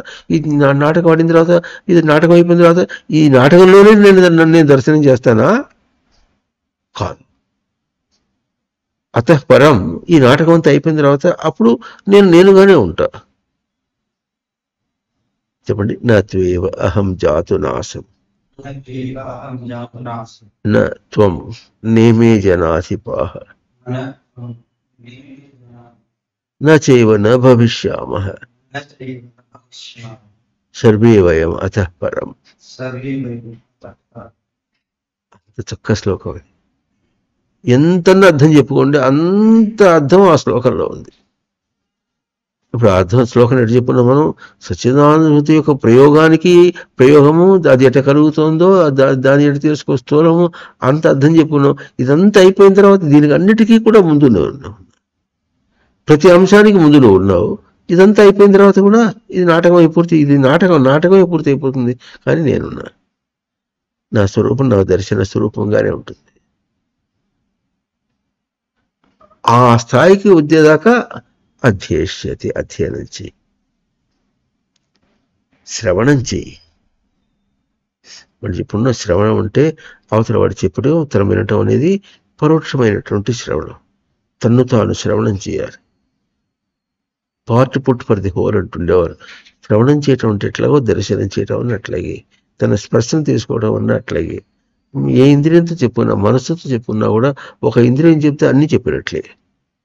Part put for the whole అంటారు. అంటే మొత్తం చెప్పడానికి ఒక పార్ట్ చెప్తే, ఒక భాగం చెప్తే, ఒక అంశం చెప్తే అంతా చెప్పినట్టే.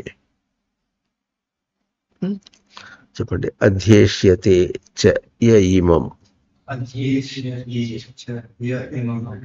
ధర్మ్యం సంవాదం ఆవయోః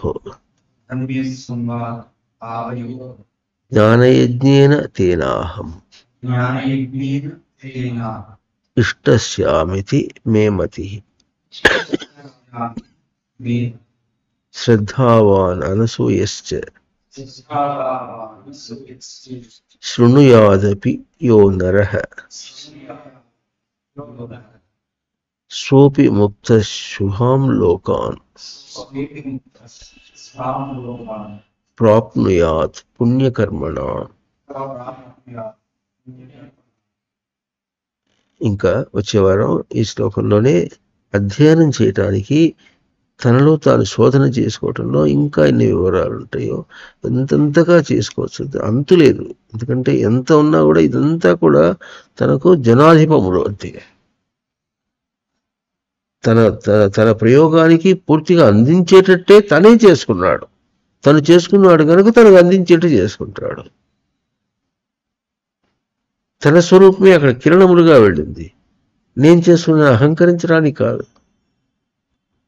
తనకు అహంకరించేంత అంత గడువు ఏది? తను తాను దర్శనం చేయడానికే గడువు చాటం లేదు. అహంకరించేంత గడువు ఏది? అవకాశం ఏది లేదు. ఓ తత్సత్. యత్ అక్షరపదభ్రష్టం మాత్రాహీనం చ యద్ భవేత్.